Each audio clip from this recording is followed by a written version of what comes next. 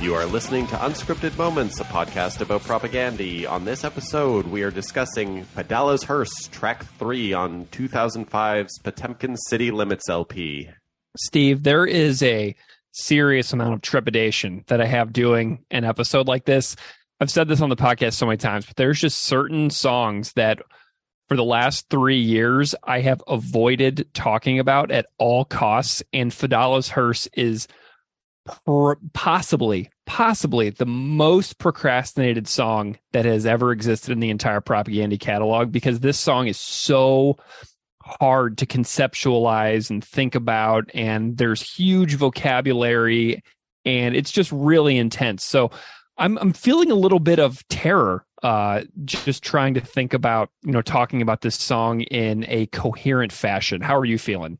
I ought to be perfectly honest. I thought this was going to be the last song that we ever did, but I think the only reason we're doing it this soon is because we have awesome covers of it. Yeah, we do. Otherwise, we would be putting this off until the end. Yeah, I would happily just pretend this song never existed in the catalog for the podcast, and then people would be like, "Wait, you didn't do Fedallah's Hearse?" And I'd be like, "What are you talking about? I have no idea what you're talking about right now."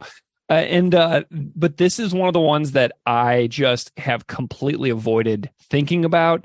And I just, whenever it comes on, when I'm listening to this record or when I'm in the car or something, I just try to ignore the fact that I have never thought about Fedallah's Hearse for the podcast. So it's been a very seriously intense dedication that I have to procrastinating, thinking about this song in any real way. Like, if you think, and if anyone listening to this thinks that both of us, or mostly myself, has sounded like an idiot in the past, just wait till we talk about this song. Yeah, I have a lot of doom.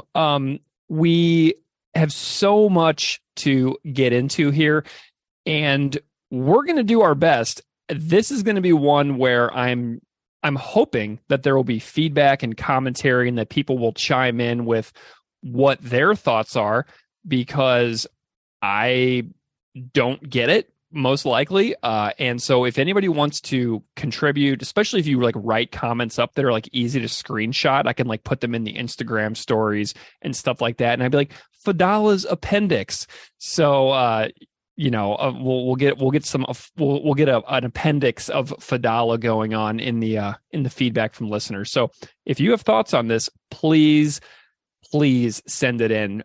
And another thing that I want to do right off the bat is give a shout out to my friend in Winnipeg, Jamie Fougere, because I told Jamie in a Twitter DM a while back that I don't have any idea what the song is about. And he was so thoughtful and helpful, because this is one of his favorite songs. But as an artist himself, he has very particular thoughts and feelings about the way art is discussed within this song. So huge thank you to Jamie for giving me sort of his take on what's being said throughout the song, because I was completely lost at it. So, hi, Jamie. Thank you so much. You're a real pal.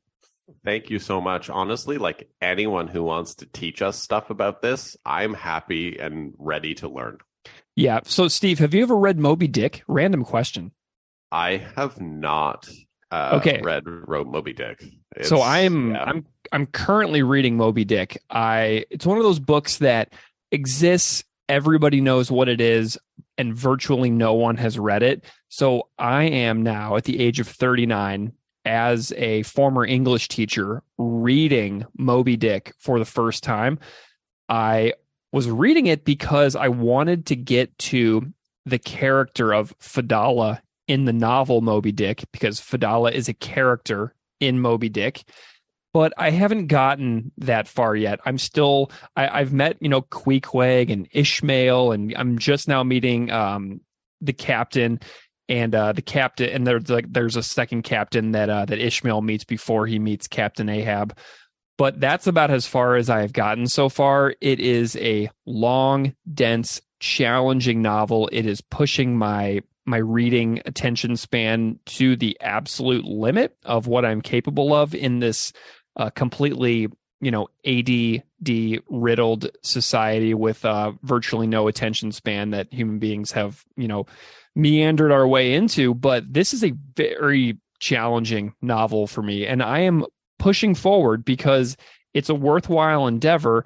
And I'm actually kind of enjoying the book now that I'm like over 100 pages into it, but I have yet to get to Fedallah in the book. So I have failed to meet the deadline of actually reading Moby Dick by the time we were doing the episode, but I'm trying. So please give me some validation now for my efforts to read Moby Dick. I think it's amazing that you're doing it. Like, to be perfectly honest, I am not going to do it.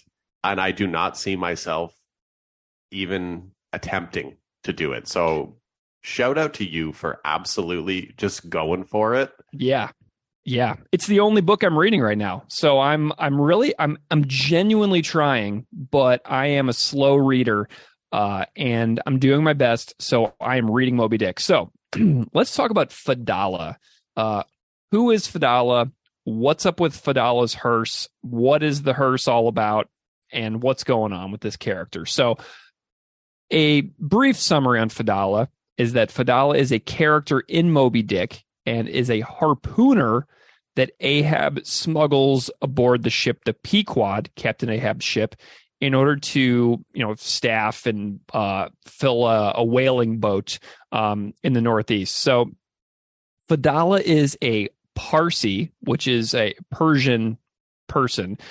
And Fedallah also is known for like standing in Ahab's shadow so that he doesn't cast his own shadow. There's a lot of mystery around the character of Fedallah. So there's probably also a little bit of racism and exoticism that goes into the depiction of Fedallah as a character. But Ahab is convinced that Fedallah is going to help him get revenge on Moby Dick. And Fedallah is prophesizing things. And so Fedallah seems to be very excited about the possibility that he's helping Ahab to his doom than he does about the triumph of Ahab. So Fedallah kind of has questionable motives throughout the novel. And it's also somehow fated that Fedallah is going to die. So a little bit more about this is that Fedallah is a Parsi who is a religious descendant in Persia, devoted to the teachings of the prophet Zoroaster, practicing the religion of Zoroastrianism. The most famous Zoroastrian that I've ever heard of is Freddie Mercury from Queen, which is kind of a cool little tidbit. So Zoroastrianism is a real thing with, dating back many, many centuries. And I think I actually did an episode about Zoroastrianism on my religions podcast ages ago. I'll have to go back and look. It's ringing a bell, but I can't really specifically remember. I've done like 500 of these things. And we'll just insert that episode now. Bing! Here we go. Go find it. Anyway, there is a prophecy about Fedallah seeing a hearses on the ocean when he's talking to Captain Ahab about Ahab's death. And Fedallah has like this very ambiguous and confusing prophecy surrounding Ahab's fate. So the main portion of Fedallah's prophecy happens in a chapter of Moby Dick called Whale Watch, which is chapter number 117. And I was, looking at this earlier today, and it's interesting. It's decent. I don't know. And I was thinking about the fact of like everybody out there who's listening who's never read Moby Dick, but might want to know what Fedallah's hearse meant. Well, I went on the internet and I found a audio reading from the University of San Francisco. And so for the next 3 minutes, we are going to hear Rick Kistner read the actual Fedallah prophecy section of Moby Dick. So here you go. Here is an actual segment from the novel. Enjoy. Moby Dick, or The Whale, by Herman Melville. Chapter 117, The Whale Watch. The 4 whales slain that evening had died wide apart, one far to windward, one less distant to leeward, one ahead, one astern. These last 3 were brought alongside ere nightfall, but the windward one could not be reached till morning, and the boat that had killed it lay by its side all night. And that boat was Ahab's. The wave-pole was thrust upright into the dead whale's spout-hole, and the lantern, hanging from its top, cast a troubled, flickering glare upon the black, glossy back, and far out upon the midnight waves, which gently chafed the whale's broad flank, like soft surf upon a beach.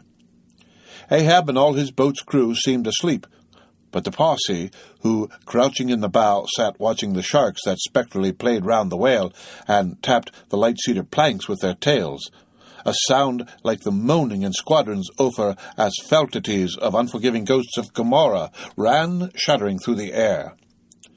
Starting from his slumbers, Ahab, face to face, saw the Parsee, and hooped round by the gloom of the night they seemed the last men in a flooded world. "I have dreamed it again," said he. "Of the hearses? Have I not said, old man, that neither hearse nor coffin can be thine? And who are hearsed that die on the sea? But I said, old man, that ere thou couldst die on this voyage, 2 hearses must verily be seen by thee on the sea, the first not made by mortal hands, and the visible wood of the last one must be grown in America. Aye, a strange sight that, Parsee, a hearse and its plumes floating over the ocean with the waves for the pallbearers. Ha! Such a sight we shall not soon see. Believe it or not, thou canst not die till it be seen, old man. And what was that saying about thyself? Though it come to the last, I shall still go before thee, thy pilot. And when thou art so gone before, if that ever befall, then ere I can follow, thou must still appear to me, to pilot me still, was it not so? Well then, did I believe all ye say, O my pilot? I have here 2 pledges that I shall yet slay Moby Dick and survive it. Take another pledge, old man, said the Parsee, as his eyes lighted up like fireflies in the gloom. Hemp only can kill thee. The gallows, you mean? I am immortal, then, on land and on sea, cried Ahab, with a laugh of derision. Immortal on land and on sea. Both were silent again, as one man. The grey dawn came on, and the slumbering crew arose from the boat's bottom, and ere noon the dead whale was brought to the ship. The end of chapter 117. Read by Rick Kistner. For Lit to Go on the web at fcit.usf.edu. Okay, so now everybody out there has heard the segment of Fedallah's prophecy talking about the hearses. Okay, so everybody out there has heard it. So the chapter is a little bit ghost story-esque. It's kind of like a campfire story. So there's Ahab's boat next to a dead whale. Ahab's got a boat crew of people led by Fedallah. And Ahab wakes up from his troubled sleep, says to Fedallah he's had these dreams. So we now know that Ahab confides in Fedallah and asks Fedallah for some kind of like dream interpretation guidance, right? So we find out that Ahab has been dreaming of hearses, and he tells Fedallah, and then Fedallah becomes like this like personal prophet essentially.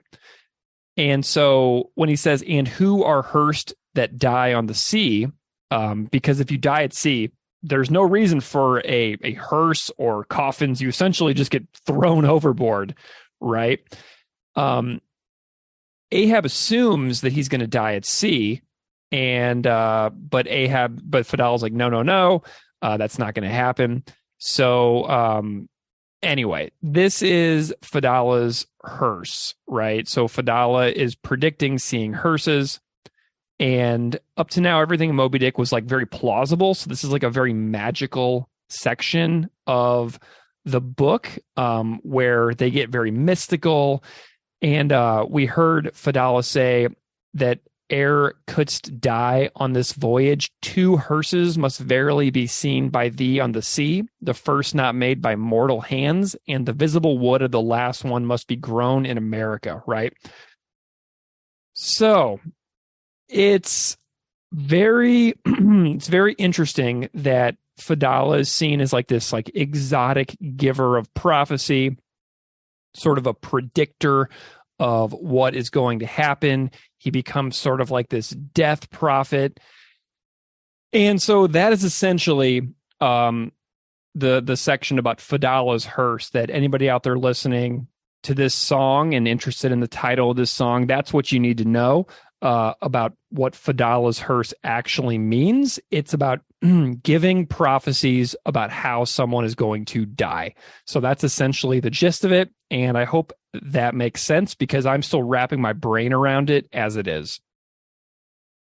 I mean, you pretty much summed it up in a way that I can understand it. So okay, good. I'm hoping that if everyone listening to this should understand it if I can understand it.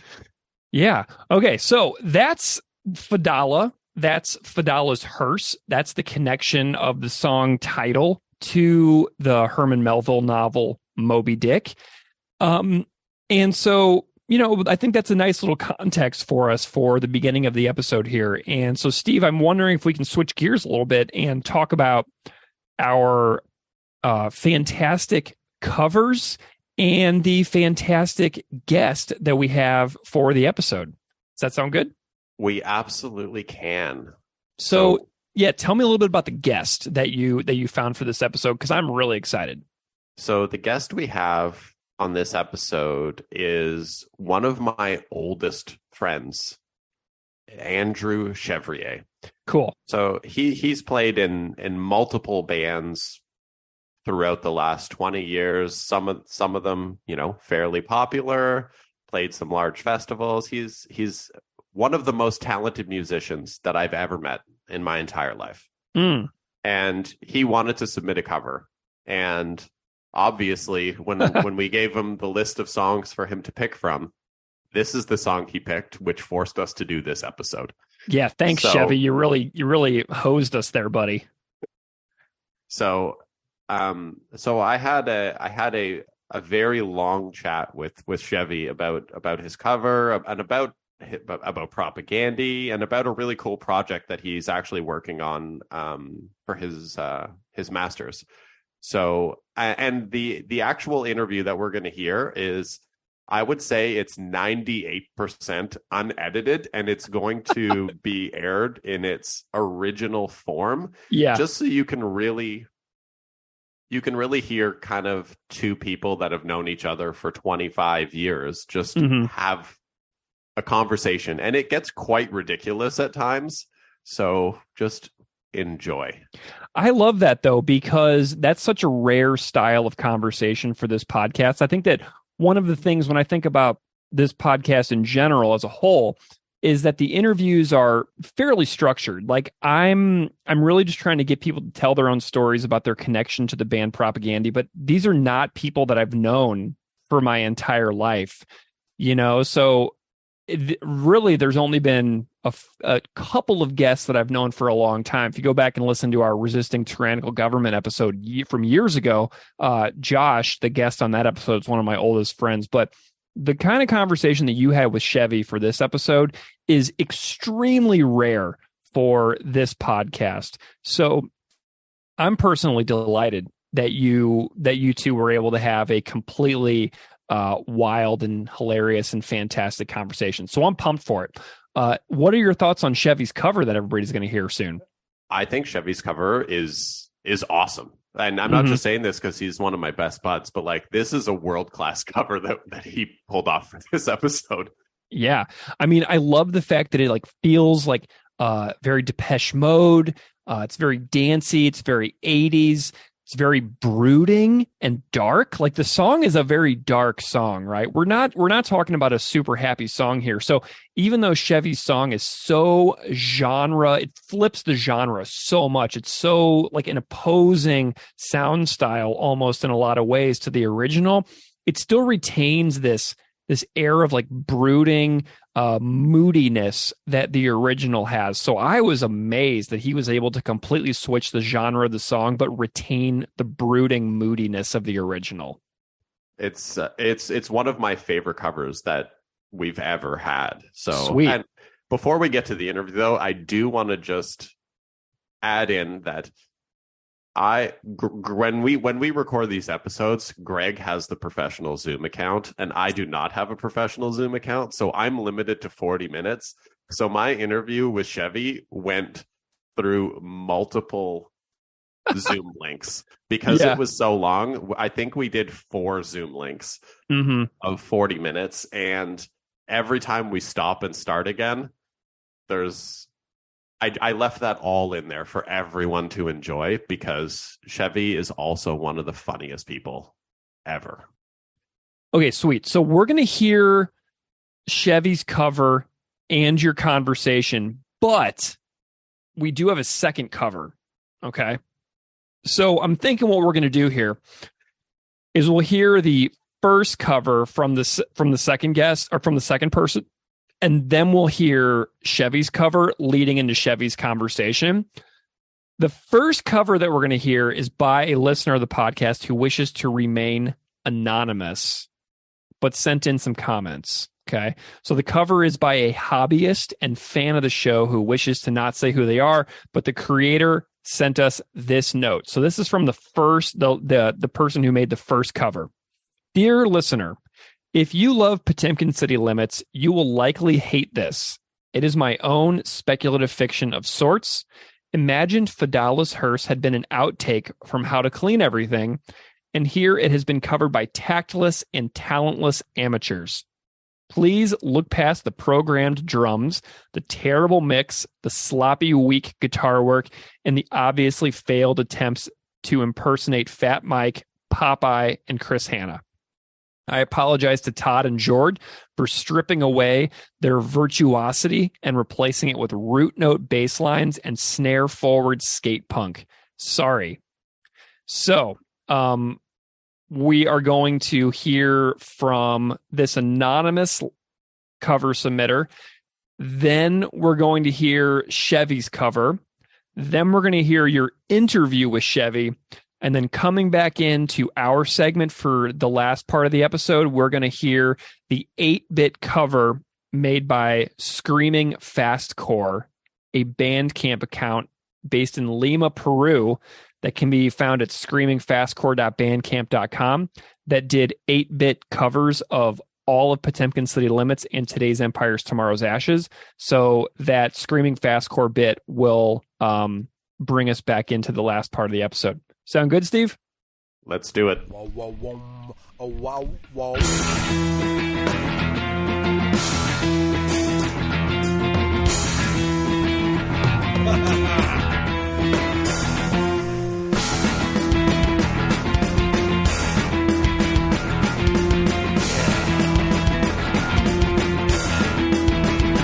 Like a practice fucking diplomat.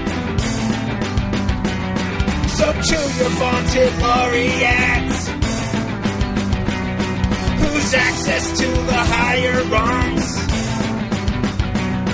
of culture's cult is hinged upon a flair for sophistry.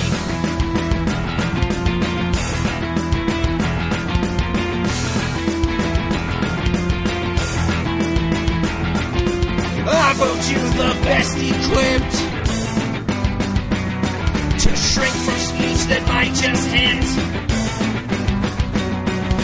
Thoughts your target market might not sign off and ratify. I vote you most likely to flood your language with so much dead wood that no looking pruning will reveal your intensive, protracted campaign of saying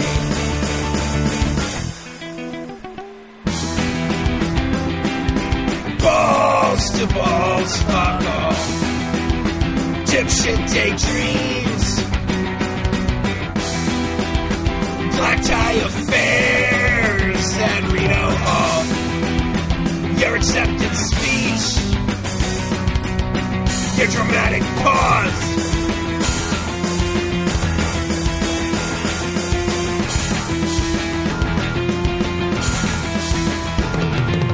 Don't forget to thank those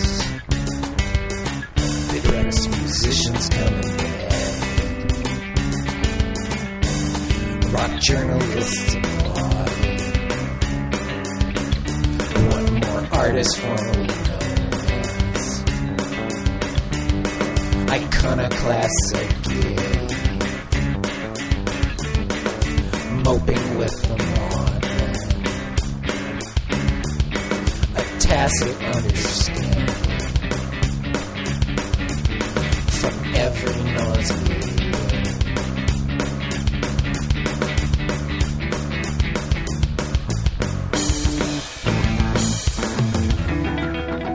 It's not so much the incessant gruesome, assigning profound meaning. Curios I deck my sets with, and my extraordinarily mundane fiction, its arrogance, and the subtext. The realm of all human affairs is a field best left to us dog shit dilettantes and our gift for fame, paralysis, nothing else, dipshit daydreams, black tie affairs on White House lawns, my acceptance speech, sustained applause.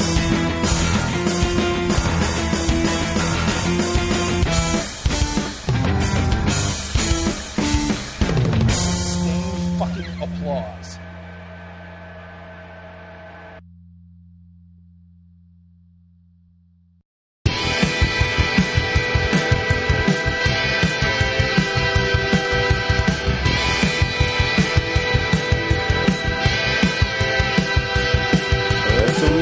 Practice diplomat.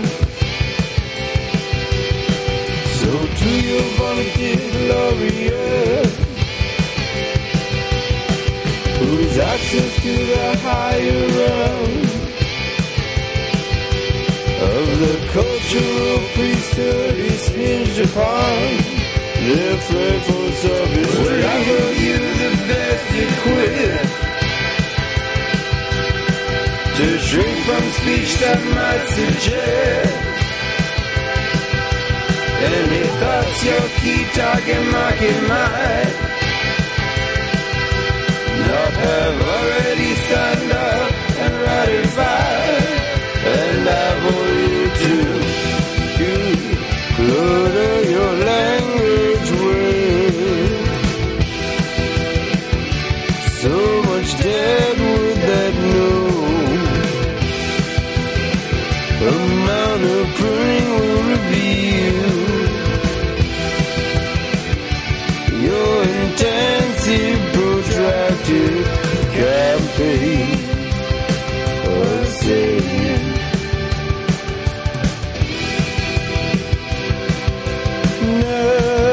nothing at all. Your daydreams of blacked out face at Reno Hall. Your acceptance speech, a dramatic pause. Don't forget to thank those bitter accusations come embedded. Rock journalists found to be applauded. The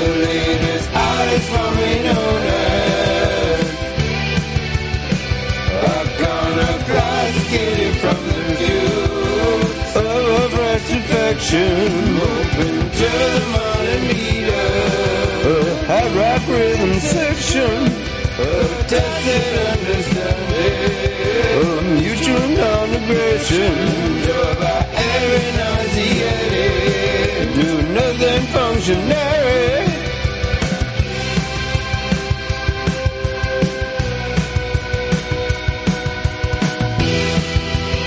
It's not so much the incessant loser, assigning profound meaning to the curious. You decorate your sets with it. Extraordinarily mundane fictions. It's the arrogance of the subtext.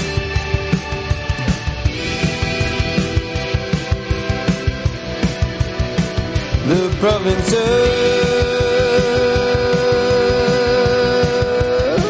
human affairs is a field best left to dilettantes with an extraordinary care.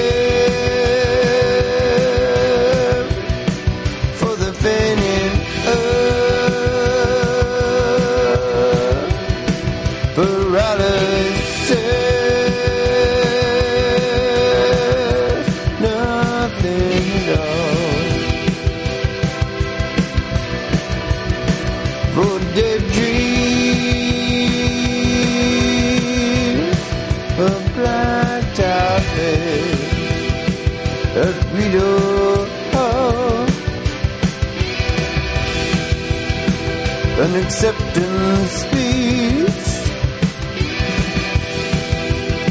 sustained applause.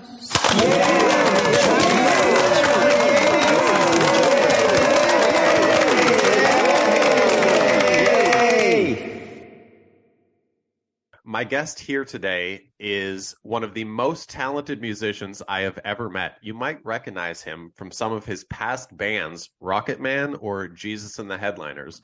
Welcome to the show, Andrew Chevrier. Andrew, Hi, it's great to be here. Good afternoon, good evening, good night, depending on where you are, where you're listening to us. I can't tell you how excited I am to have you on the show today. When I started doing this podcast, I was thinking back of all the people who I thought would be pretty much perfect guests for this show. And I don't want to hype up your interview as this much before we get started, but you came to mind as being the perfect person to have on this show and the perfect person to talk to, not only because you're so extremely talented musically, but we have a very similar history in terms of our connection to Propaganda because we kind of discovered Propaganda at the same time. So if you could just introduce yourself to everyone and talk a little bit about your musical background and what got you into music. Thank you so much, Steve. I don't deserve all these flowers, but I'll take it. It's good to be loved. It's good to be appreciated. And I will try to bring it today.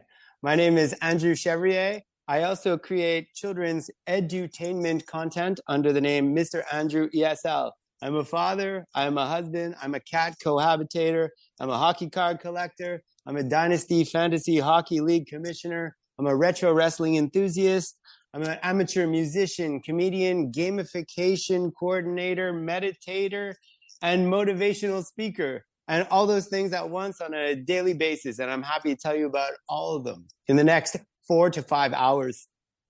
It's going to be a long one today. We can only hope.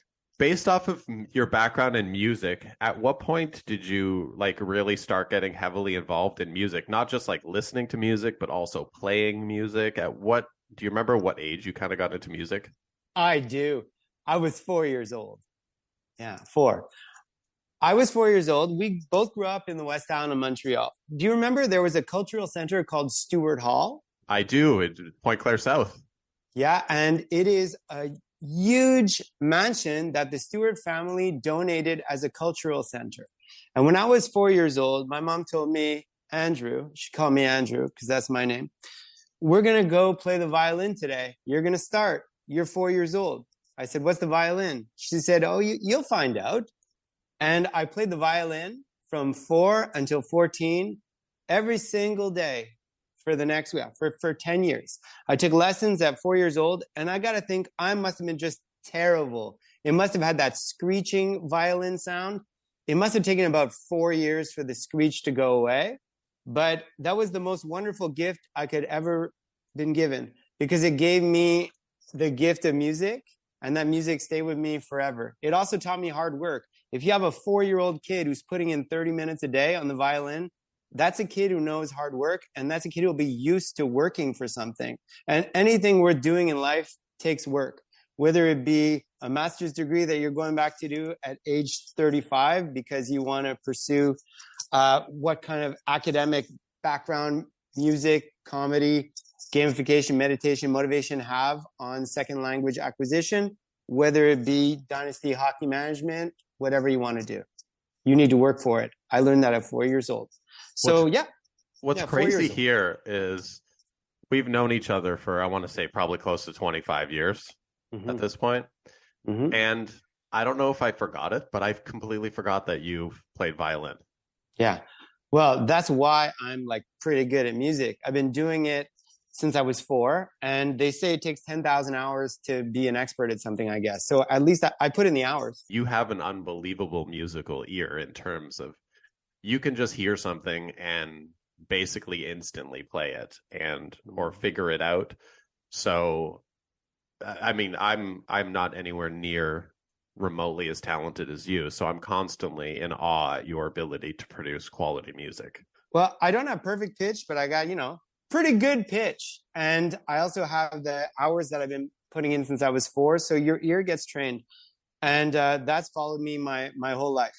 And I've always loved producing music. I've always loved listening to music. My mom, during the 80s, they said if you play Mozart for a baby in the womb, they're going to like music. They'll be smart. And I guess it worked because I'm super smart and I love music. I mean, I'm not going to argue with that. Yeah. So transitioning to, in terms of going from your beginnings with music to hearing Propaganda and discovering Propaganda, do you remember kind of when the time in which you discovered them, and what was the first album that you heard, or what was your first initial kind of impressions hearing Propaganda? I remember it like it was yesterday. I had started playing guitar at the age of 11 because after playing the violin for 7 years, I did an informal playground survey, a census. I found out the violin was not cool. So I decided to pick up the guitar. And when I picked up the guitar, I realized this was pretty cool. And I got into rock music. That transitioned to punk music. But the punk music was more pop punk, commercial pop punk, Green Day, Offspring, all that stuff. And then the Fat Music series compilations came out. And if you're anything like me, this was a real introduction to all these bands you never heard of before. And when I heard Propaganda on Survival of the Fattest, I believe it was Nation States, this song spoke to me. Because first of all, I know they're not particularly patriotic, but to have a Canadian punk rock band was something.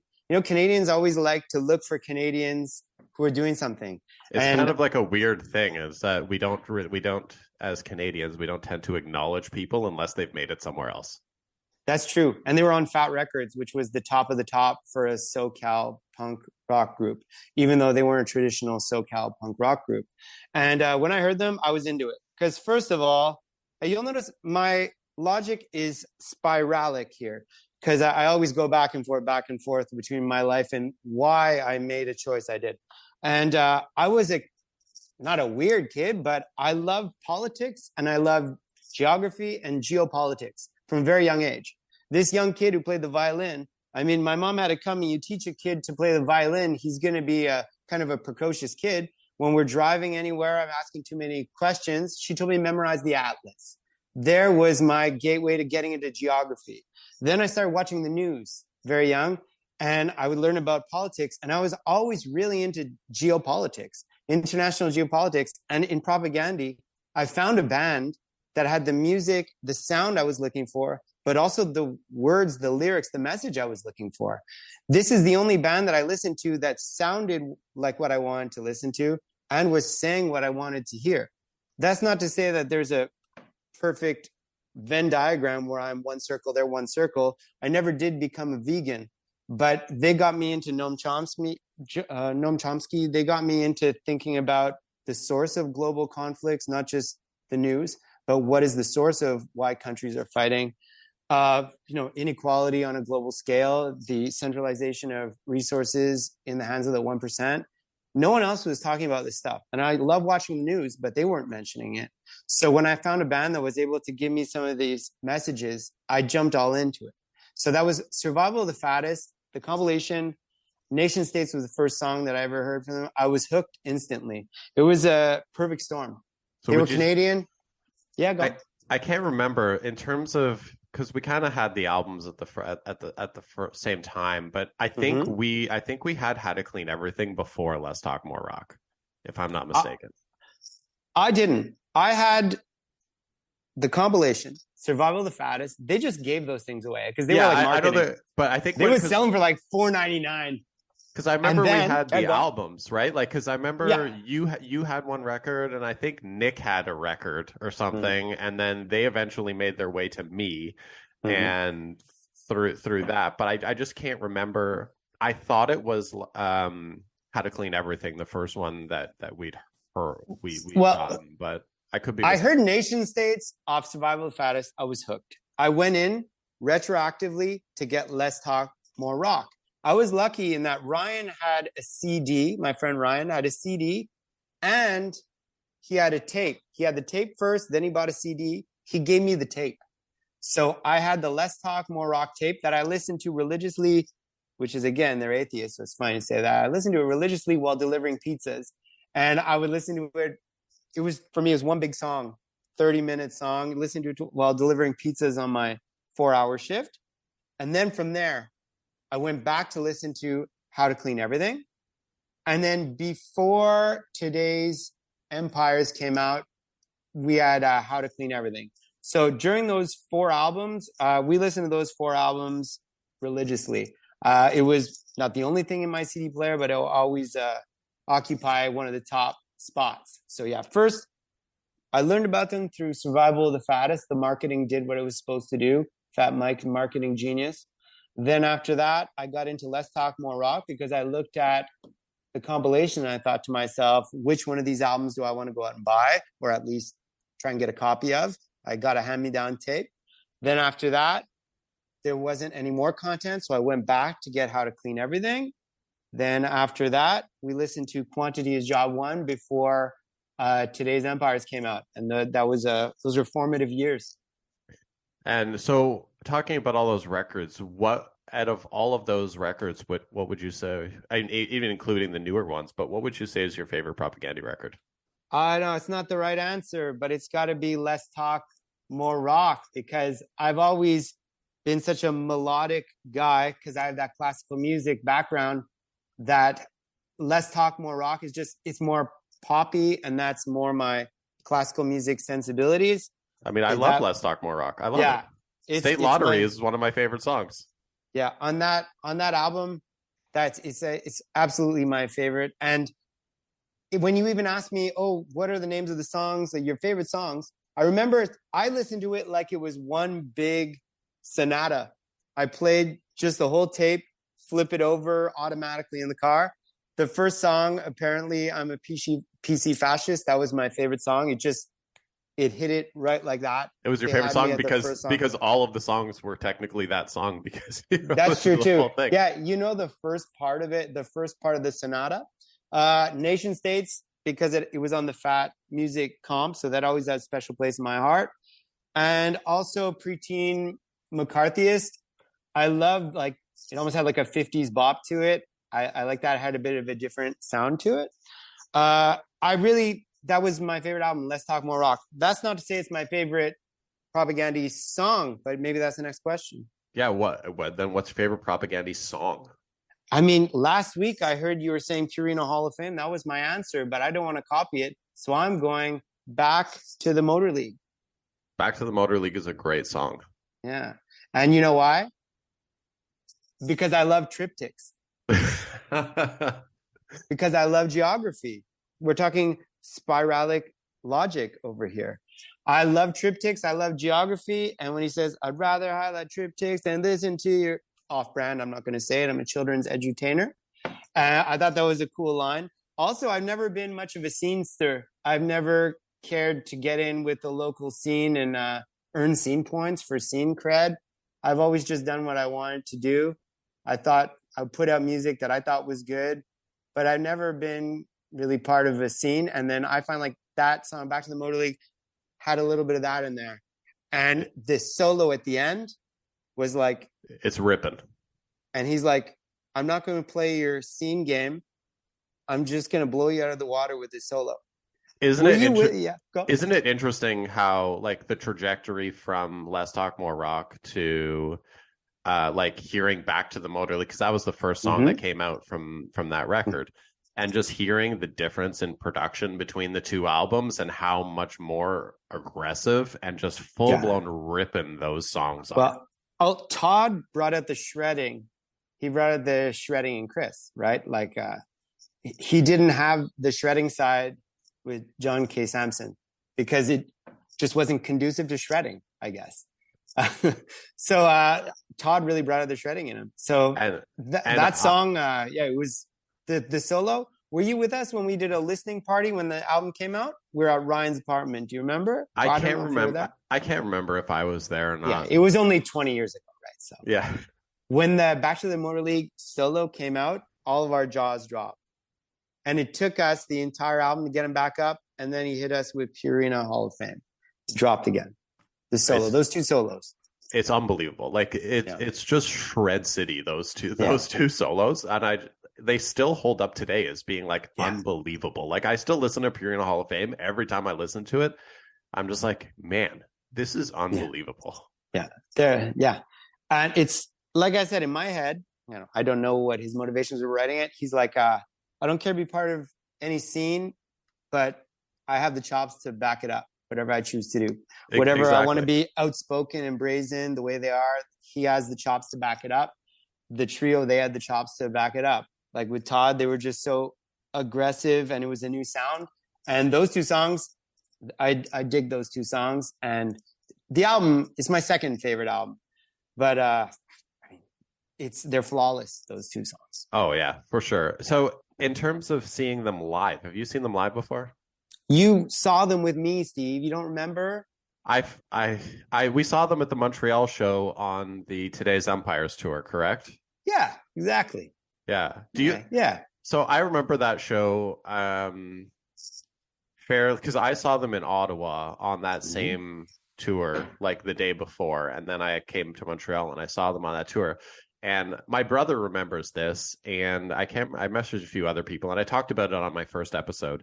But I remember someone setting a Canadian flag on fire in the middle of the floor at that show, and I don't remember. And the flag burning. My brother remembers it as well. Yeah. So do you remember that? I don't. But if there's a place that it would happen, I mean, Quebec would be the most friendly crowd to do that. You would have people from different groups that would all get behind that. If Chris or Todd is listening, or Jord even, if you guys can confirm that a Canadian flag was being set on fire at that Montreal show of the Today's Empires tour, I would love to know that actually happened, and it wasn't something that I just dreamed. And my brother had maybe that same dream I did. I don't know. I need someone to confirm that actually happened. But the flag wouldn't have started a really big fire, because in a small, contained, crowded space, they wouldn't let a fire like that get out of control. They would have. Yeah. You don't want another Great White incident. Yeah, it was at Metropolis. I mean, it was a big venue. Yeah, I remember. Like, yeah, but venue. It was packed. It was packed. Yeah. It was packed. But okay, so transitioning away from playing Propagandy live, I wanted to bring up a specific moment in time. Do you remember playing a show while in the band Rocket Man? You opened for Stretch Armstrong, At the Mercy of Inspiration, and Depths of Silence on December 31st, 2000. And you guys played a Propagandy cover at that show. I remember the audience being very hard to win over that night. And At the Mercy of Inspiration, they're a death metal band. They played right after you guys, and they had all the lights off and the stage fully lit with candles. Do you remember anything about that show and what it was like playing a propaganda show on a show like with the audience filled with hostile hardcore fans where you guys didn't really fit in? I remember you set us up with that show. I remember that. And originally we were supposed to play with Poison the Well. And then you said something, the show's changed. You're going to be on the Stretch Armstrong bill. And I remember the crowd was tepid. They were tepid. They were not especially into it. And you guys got added to that show. I'll add this in there as a replacement for 18 Visions who weren't showing up. So you guys came in to replace 18 Visions, who are a very popular band. Yeah. Like, I'm not into the hardcore scene, but I've heard these names, and they must have been real disappointed to see us. But the good thing about me, Steve, is I don't really care about what's happening around me. I care about like making sure my stuff, everything's in order. Hey, did I wake up breathing this morning? I didn't die in my sleep. It's going to be a great day. You know, if you start the day and you didn't die in your sleep, that's a great day. And if we had a tepid crowd that was not that into it, I mean, I'll get over it. It's okay. You guys sounded great. I thought it, I think it was fine. And we played, apparently, I'm PC fascist. I always say go PC fascist. PC fascist. And I thought it was fine, but they weren't into it. I can't force people to like what they don't want to like. They may have been disappointed that we weren't 18 Visions, but I can only do my best. I'm only in competition with myself. And the worst thing that happened that day was that I crashed my mom's van. Not that we got a tepid response. Yeah, that was actually going to be my next thing. I remember later that night after the show when we were we were on St. Charles, like leaving the McDonald's parking lot, and we got into a car accident. Yeah, we hit the richest guy in the neighborhood. It was crazy. This night. guy, he lived. His house was like two houses attached to another house, like. And I always wondered who lived there. You know who? The guy that I hit with my mom's van. And he had a reputation of being a big-time jerk. And he would smoke in the local Steinbergs. Oh, my God. And they kept telling him, you can't smoke in this Steinbergs. And he would say, but I'm rich. And he had a reputation, this guy. I never met him. He was mad, but I can't blame him. I hit him. And then I had to go see him a couple of days later. And I knocked on the door. We filled out some forms. And I told him, I was always kind of curious what the inside of this house looked like. You got a real nice house. He said, it's a shame that we had to meet this way. I said, yeah, but we wouldn't have met any other way. So like I said, when we had a tepid response, not just for the cover of Apparently I'm a PC Fascist, but for the whole set, they were not moving. I thought we were fine, but they did not like it. It wasn't the worst thing that happened that day. And you know what? I wake up the next day. If I wake up breathing, I have another day where I get to see the sun. That's the only thing that matters in life, is that you have your family, that you have your health. Those are the only things that matter in life, that you have the things that matter. And I've lived with that mantra, you know? It's a great way of looking at things. It really helps kind of smooth over the things that don't necessarily go your way. That's why when I see people get mad that the Montreal Canadiens are doing bad, it doesn't matter though. But it doesn't matter. I want to answer every angry Habs tweet with, yeah, but it doesn't really matter. It's just for fun. It doesn't matter. As long as you wake up the next day, you get another shot at it. Life's a game. As long as you keep playing, you still have a chance to win. If you don't, it's press start, continue again, right? That could be a funny way for you to just make everyone super upset. Just comment, go on the Montreal Canadiens social media posts when people are complaining about the team, and just write, it doesn't matter, it's just for fun, and just watch people lose their minds. But I'm not saying that, my old Super Bowl joke is, it doesn't matter who wins the game, it's as long as both teams had fun. But it's not that level, because it cares some people. But I'm telling, as fans, we're watching this for fun. And if it stops being fun, stop watching it. If you can't watch a Montreal Canadiens game without going into cardiac arrest and throwing a glass through the window, stop watching it. It's supposed to be fun. So long story short, with my circular logic, they did not like our performance that night, even though the performance was fine. It was fine.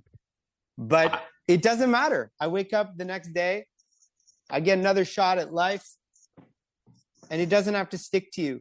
The stain of, not even failure, but the stain of another one's indifference on you doesn't have to stick. You can wash it off with a shower.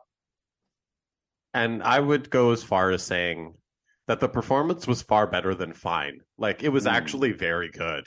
But, you know, it's a time and place thing. Like, you guys went on right before a death metal band, and you guys are playing pop punk. Yeah. And people are expecting death metal, and you guys are showing up playing pop punk. You know, I take part responsibility for you know, Putting us in that... for putting you guys into that situation. But, you know, Stretch Armstrong aren't exactly like a super loud band. Like, they're verging on pop punk.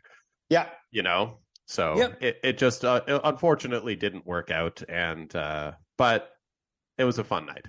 It was fun, even though we played for a crowd that was not into it, and I crashed a car. It was everything else that day. Now that you mention it, it was probably one of the worst days in those 2 decades that we've known each other, but it was fine. Like, it was fine, you know, like, and if you can look at life that way, even your worst day in the last 2 decades is still fine. You're doing okay, you know? Yeah, it was definitely interesting, but so transitioning forward here into your amazing cover of Fedallah's Hearse that you did. Can you just walk us through the process of arranging and recording this cover? All right. Well, first, to go back in time to Less Talk, More Rock. It was my favorite album at the time. But then I can see why they parted ways, because, I mean, Chris was singing about the military-industrial complex, and John K. Samson was sad that he lost a birthday card from a friend that had moved away. And there's a certain disconnect. So did you hear, you probably haven't heard it, but did you hear our episode that we did about the Venom cover from Quantity is Job One? Because we talk about why John left the band, and it was when they were recording because they were recording the Venom cover, and he didn't want to record the Venom cover, so that's why he left the band. I did not hear that episode. I listened to yesterday's 4-hour episode, all 4 hours on Comply, Resist, and I was really into it. First of all, there were 2 doctors on the show, and then me, who has 2/3 of a master's degree, showing up a week later. Doesn't look that good compared to 2 doctors, but if you had put me after a guy with 1/4 of a bachelor's degree, I would have looked like a real academic. So anyway, the second guest was talking about Christopher Hitchens and how the song was inspired by Christopher Hitchens. I was really into that because I was always a political geopolitics junkie, and I listened to every point of view. I listened to Christopher Hitchens, and I didn't agree with him 20 years ago. But it was very interesting to see. Are you still there? I thought you froze for a second. Yeah, I'm still here. I just got to stop the recording and send a new one. We're at our limit. Give me a quick second. We're going to start again with Comply, Resist. Okay. All right, give me a second. I'll send you a new link. Leave all this in. And we're back. We're back. Sorry, just for everyone listening, I don't have a pro Zoom account, so we're limited to 40 minutes. So we're doing this in chunks. So please continue. Steve, you're supposed to say you had to go poo. I mean, yeah. That's sure. It. What's better, if you have to leave to go poo or you don't have enough Zoom account? The Zoom favorable? Account. I think the Zoom account thing is more embarrassing because I'm supposed to be a professional here and I'm clearly not. That's why I suggested the going poo thing. My daughter was with me to go get our generator fixed after we had this monumental ice storm 2 weeks ago. The guy who fixes it does a great job, but he likes to talk. Unlike me, right? And Josie says, Dada, please don't talk to that guy for like 30 minutes again. It was so boring. And I said, I know, well, he's a good talker too. You know, like I was answering his questions. He's telling me all about the generator. And she says, think of an excuse. Just go, get out of there, think of an excuse. And I said, I got it. She said, what? I said, you pretend you're him. Tell me like about generators. She's like, the generator is this. And I say, wait, I gotta go. I pooped my pants. And she's like, no, not that. I said, that's the perfect excuse if you want to get out of something. So next time this happens, Steve, you tell the Zoom meeting participant that you pooped your pants. It's better than saying you don't have the Pro Zoom account. You say, I just want everyone out here to know, I have the Pro Zoom account, but I pooped my pants. We'll be back 5 minutes. And we're back. I think I'm going to roll with that from now on. I pooped my pants. You can get out of any situation. So as we were saying, when you told me about this podcast that you had jumped on, I listened to a few episodes right away.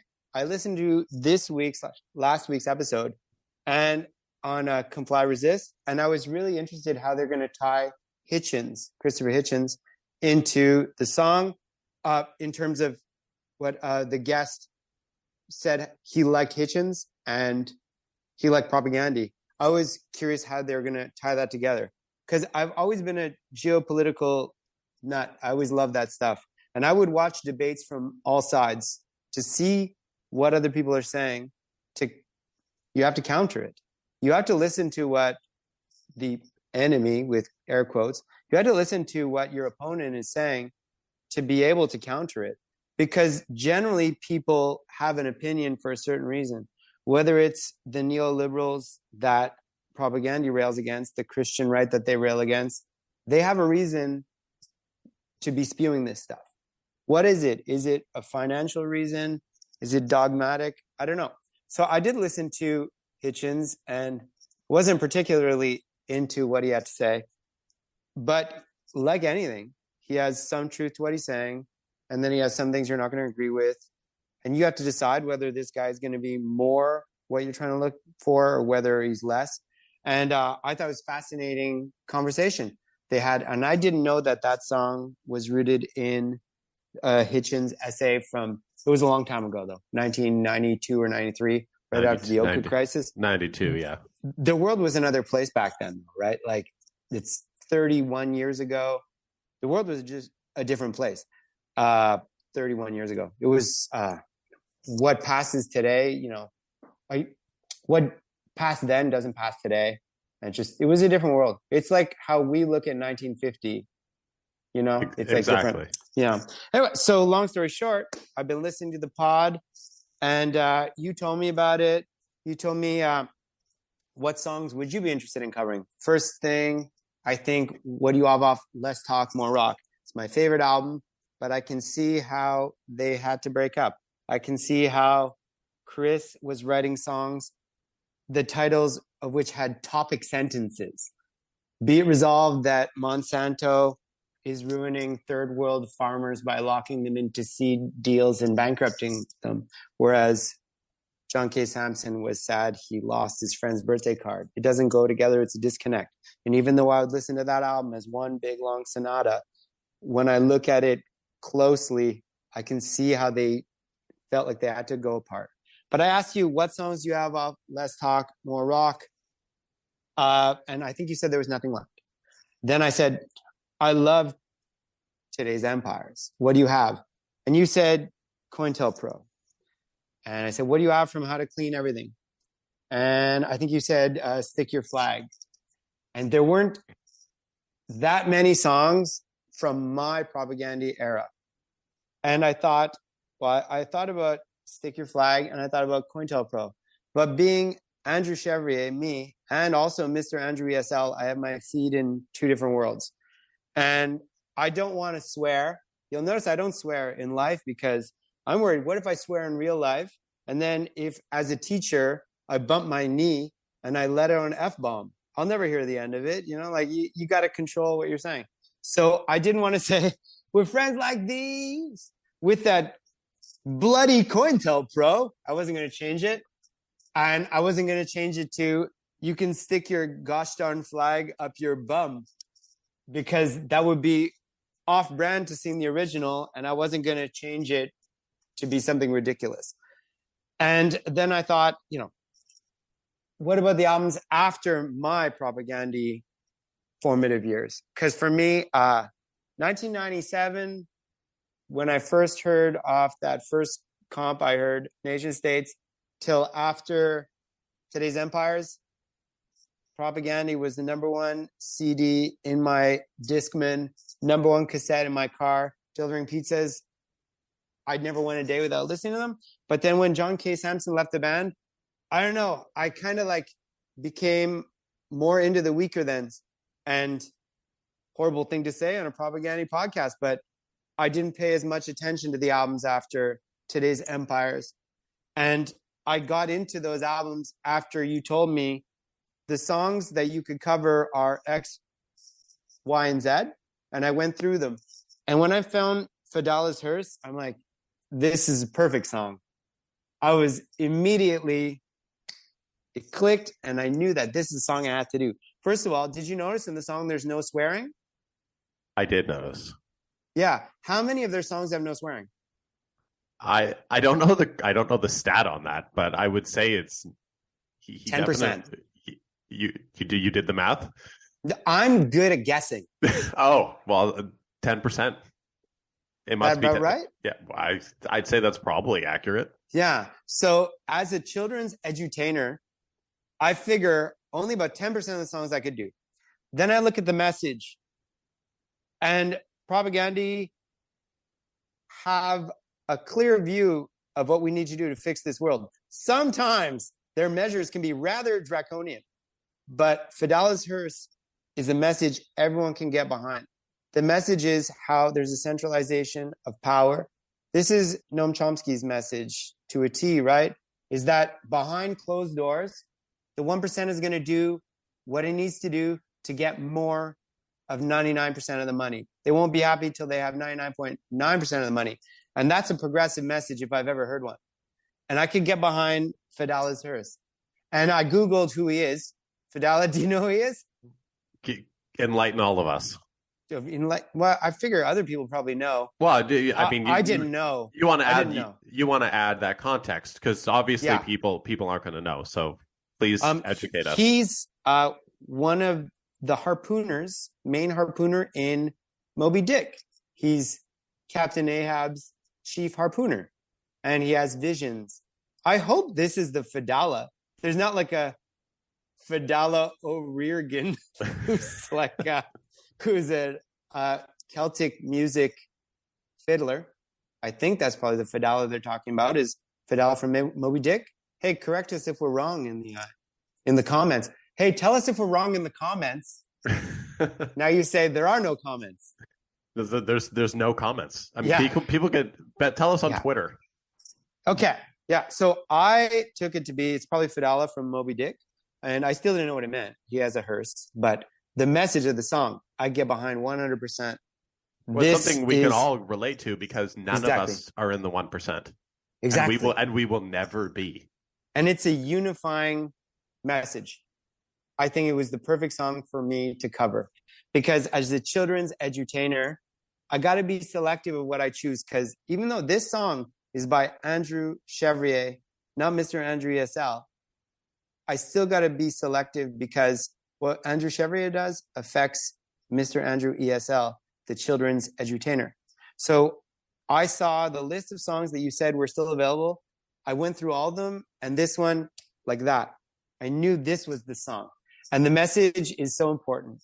And I was way more political 20 years ago.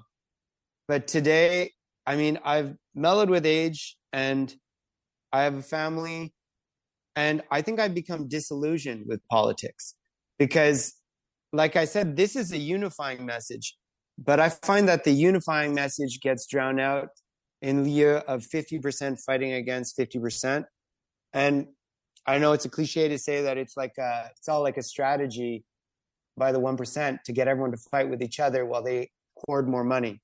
And that's my hypothesis. Hey, if I had to guess, I think that's their motive. Well, you're a great guesser, so that's what I mean. I think I'm a good guesser. And the fact that I can get behind this message of the decisions are made in $10,000 a plate functions, where they network. That's the conspiracy that's before our eyes that is real. It's like they float out, and there's lizard people, so to poison the well with the message, right? But in reality, I think that the conspiracy is right in front of us, that we have closed doors.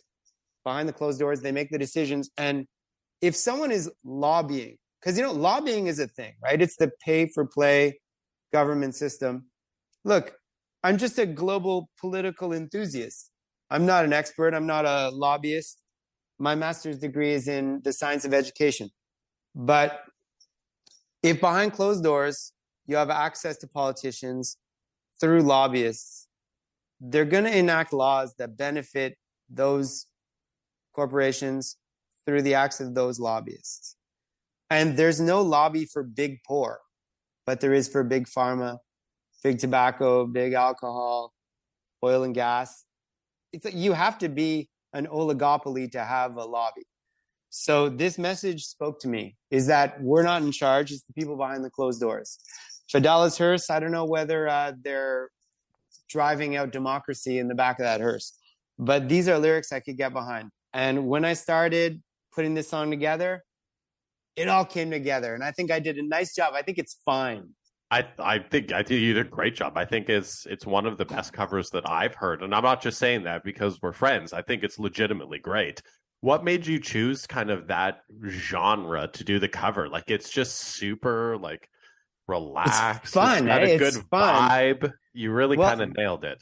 Well, Andrew Chevrier did a cover in the style of Mr. Andrew ESL. These are the types of songs I like to write for my students. They're the kinds of songs that are part of the ESL program I've created. Generally, I love melody. I love singing. And with my not perfect, but pretty good pitch, I love singing and I love harmonies. The most beautiful instrument in the world is your voice harmonizing with another voice, with another voice, with another voice. And you don't have to just sing really annoying barbershop quartet when you're doing it. You could put that to good music. Meanwhile, the barbershop quartet enthusiast he just slammed down his iPod right now. He just hung up. He's so mad. We have a ton of barbershop quartet enthusiasts that must listen to this podcast. So we just lost all of them. They just checked out. All of them. Yeah. Oh. So I love the voice as a musical instrument, harmonizing with my own voice. I love to experiment with harmonies. My favorite thing. And then being a child of the 80s, I always loved like an 80s retro new wave pop. That to me is the melodic soul that I have inside me. That's where that 4-year-old playing violin, all those scales are still in there somewhere. And this is what speaks to me. That Vivaldi that my mom played for me when I was in her belly, that stuff still sticks with me. And if you ever listen to classical music, I was always a big classical music guy after I stopped having to play it every day. When I started listening to it more by choice. It's pop. Have you ever thought of classical music as pop? I oddly enough, I mean, I do also listen to classical music, but I find it's made me love like the power metal and the fantasy metal that I listen to far more. Yeah, like because it's very much derived in that. I know what you mean. It can be pop or it can be metal. Like, was it In the Hall of the Mountain King there? That one is like a metal ballad. But in general, do you know how many pop songs have just been Pachelbel's canon? Oh, yeah. That's 90% of all pop songs, right? I mean, isn't the Vitamin C graduation song? Yeah. And a couple summers ago, Maroon 5 released that song with a couple lyrics. But I looked into the legality of it, and no one owns classical music. It's too old. It's in the public domain. Right? Yeah. So they can do it. So long story short, I made the song in the style of a Mr. Andrew ESL, 80s retro pop, classically inspired. By that, I mean it's orchestral. I love layering harmonies and I love layering sounds. Now, Phil Spector, great producer, horrible guy. Horrible guy. He created the wall of sound, and I love to do. It's like a wall of sound, but instead of everyone playing exactly the same thing, I make everyone play something and then a different but in the same chord pattern note. You layer chords on top of chords, and I think that makes some nice melodies. And for me, it's something that I've gotten into because when I first started re-recording my own music, I wasn't an expert, and it was just me and an acoustic guitar. And then I found GarageBand, and it's me and acoustic guitar, 4 of my voices, and an air who. Yeah.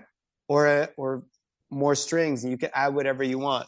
So that's what I did. I layered all these instruments to make a retro pop orchestral 80s style tune version of Fedallah's Hearse. And there's some parts in the song I love.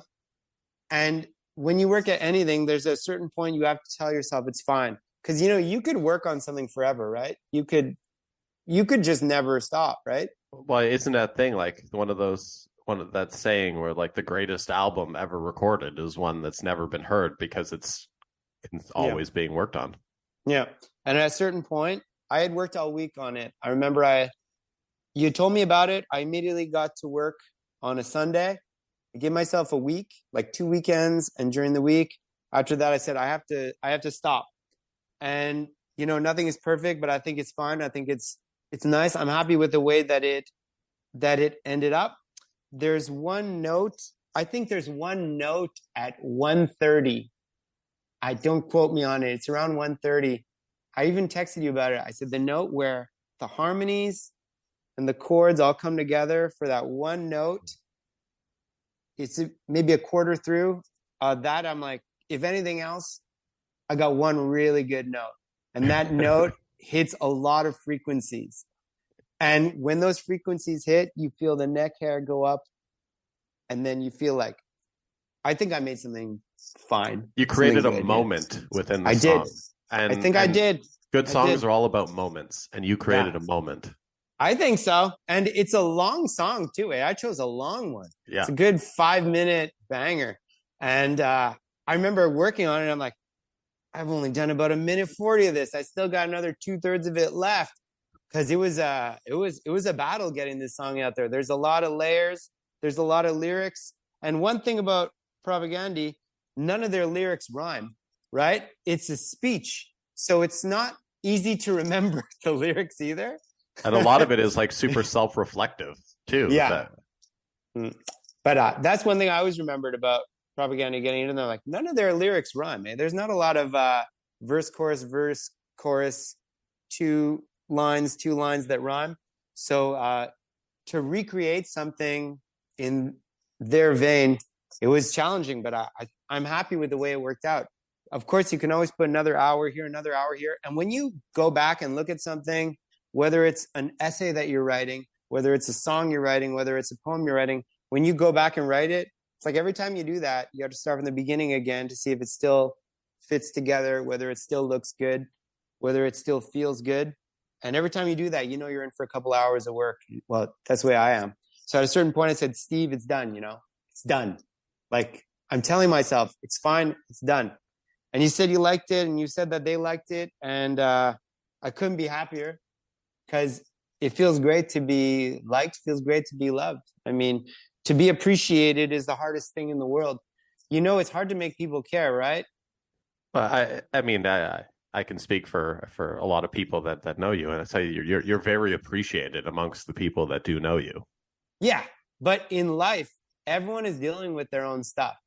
And it's hard to make people care because people, they have a lot of their own stuff they're dealing with, and to give a piece of you to someone is hard. Like, you ever notice how just getting someone to like something on YouTube, no one likes anything on YouTube? You watch a video, watch it. I'm not a liker. I don't. No. And this is maybe because I work in marketing and stuff, and I know that liking has an effect on your the algorithms and stuff. And I don't want. And then again, like I'm a huge nerd with this stuff, but like I don't like having I don't like having things online profile me. I don't like having specific profiles about my interests out there. So I just refuse to engage with anything for the most part. I don't know if other people think in the same vein as you, but it's hard to get people to care about what you're doing. It's hard to even get people to like something, even something you like, you won't like, because you don't want them to know that you like the thing that you like. Because then they'd show you more of the things that you like. I know, and I'm like, I don't want anything. I don't want anything. I don't want anything, even stuff I like. No, keep everything away from me. I'm fine. I have enough things I like. I don't need any new things to like. But again, I'm definitely like. But you're just watching the things you already like. It's because watching the same video of Van Halen play the New Haven Coliseum from 1986. I've watched that video 50 times. I don't need a new Van Halen video to watch. I'm fine watching that Van Halen video. You could like it, Steve. I guess I could. No, the one thing though is that people on TikTok are more likely to like something. I don't have TikTok, so TikTok, it's a blessing and a curse. It's a whole generation is doing the same lip sync with the same dance, and I don't see what they're getting out of it, but they want to feel part of something. Maybe to me, as you know, I've always been. That's what I mean. Yeah, a community. For me, I've always tried to be a creative person, because the way I am is I want to get what I'm creating out there to feel like I'm doing something, to feel like I'm creating something, to maybe leave my trace on the world, to maybe get my creative juices out, to feel fulfilled. Maybe that's like the top of your self-actualization on the pyramid of needs. But for me, I'm not a lip sync fan. I'm not a same choreographed dance fan. I love singing. I love dancing. But for me, I'm not going to be someone who's doing the lip syncing, choreographed dancing. But some people get something out of that. But long story short, people like things on TikTok. They're more likely to give you a like. It's like on TikTok, everything is so fast paced and everything is so short attention span that they're like, okay, I like it, like. They don't think about it. They don't think about whether the algorithm will now be skewed to what you just liked. They just like it. They go off instinct. So whatever we were saying, it's hard to get people to care what you're doing, and to hear that this song is appreciated means more than you know, Steve, because everything is, it's hard to get people to look away from their immediacy to immediate preoccupations and to look at something else. And in my research, in my music, in my comedic content I'm making for kids and stuff, I think that there is an academic side to it that can help the way we do things. And it's hard to convince other people to use it. It's hard to convince other teachers to use it, because they're looking at finishing the end of the day using the material they've already learned. So long story short, thanks for the like, in the verbal like. You gave me a verbal like. Thank you for that. No, I will always give the verbal like. Yeah. If we can transition here, because we've kind of talked about it in passing, but I would love to have you talk a bit more about your project that you're working on. And I in case everyone who's listening to this is not sure what the term that Andrew's used a bunch, ESL. Some people from other parts of the world may not be familiar with what the term ESL means and how important it is to your life in Quebec specifically. And so can you just tell us a bit about, define ESL and just tell us a bit about the project, and we can kind of go into what you're working on. All right. So my name's Andrew Chevrier, aka Mr. Andrew ESL. ESL, an acronym for English Second Language. I teach ESL, English Second Language, here in Quebec, where English is a second language. My English is very strong, though, especially compared to the 6- and 7-year-old French kids whom I teach. So my name is Andrew Chevrier, Mr. Andrew ESL. I started creating content when the schools were giving me these nursery rhymes and telling me, this is what we use for grade 1 and 2. And I was using the nursery rhymes. Kids do not like nursery rhymes. 6, 7, 8-year-old kids. An 8-year-old kid that's playing Fortnite at home when he goes home. Tell that kid to row, row, row a boat. he's going to tell you something you don't want to hear, right? So I said to myself, what can I do?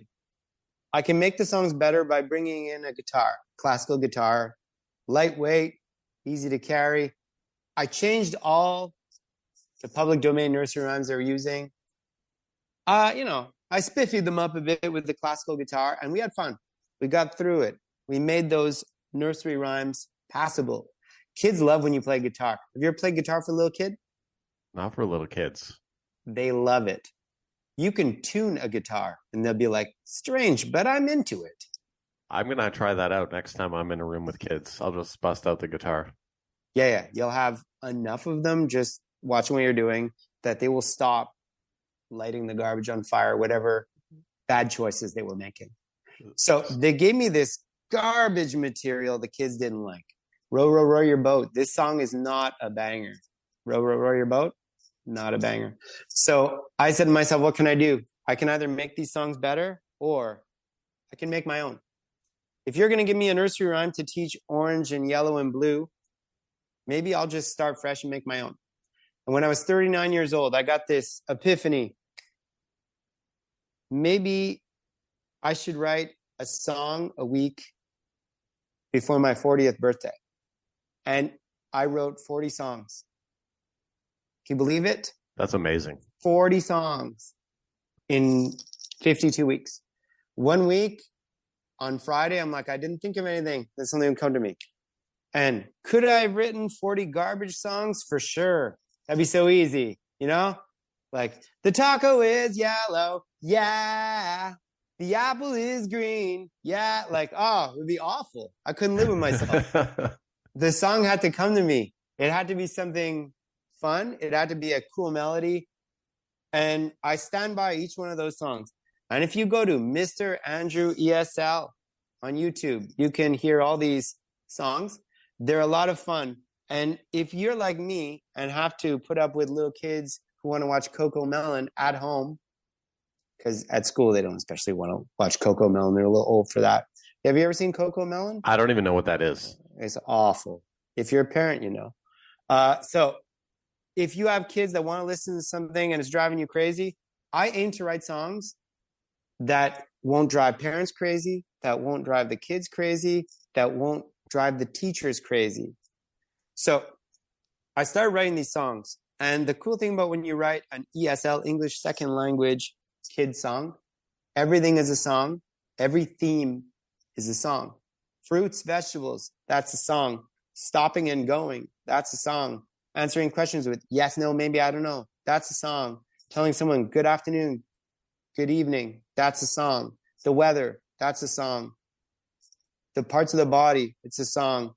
Up, down, left, right, that's a song. I never ran out of inspiration. It was just finding the right melody and the right coupling of lyrics to go with each theme to teach the thematic vocabulary through comprehension dances. And when I started making these songs, I started making videos with them.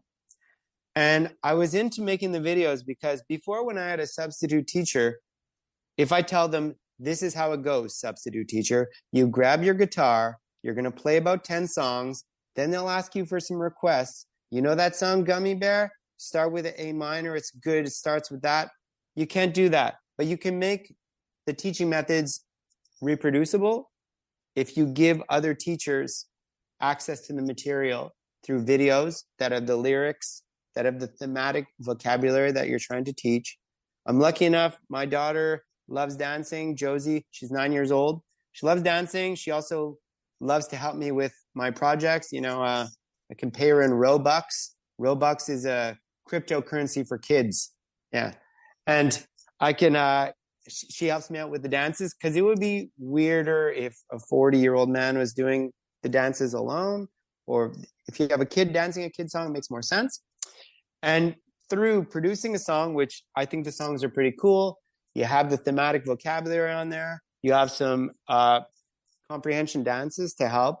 You can't see, we're on audio only, but if you use your hands, you can talk with your hands. It's amazing what we can understand by just talking with our hands. We can get the message across.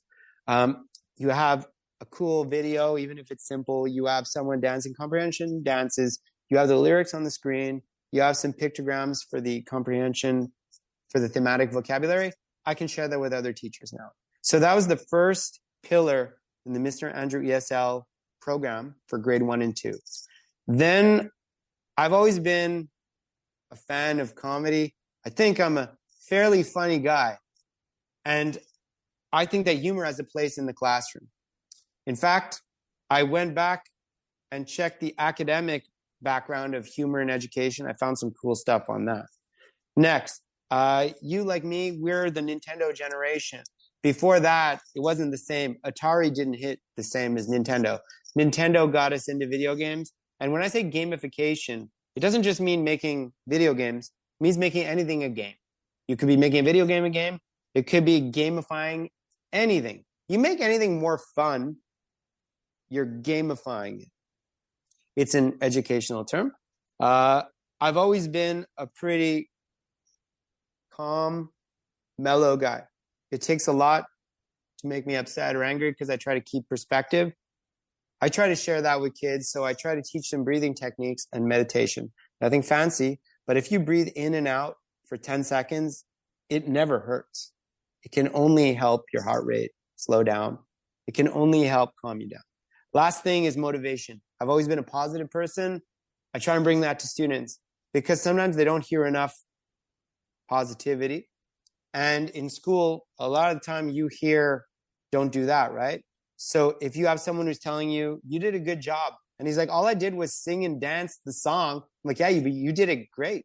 Like, we're all together in front of the class, singing and dancing a song about the weather. You're on point.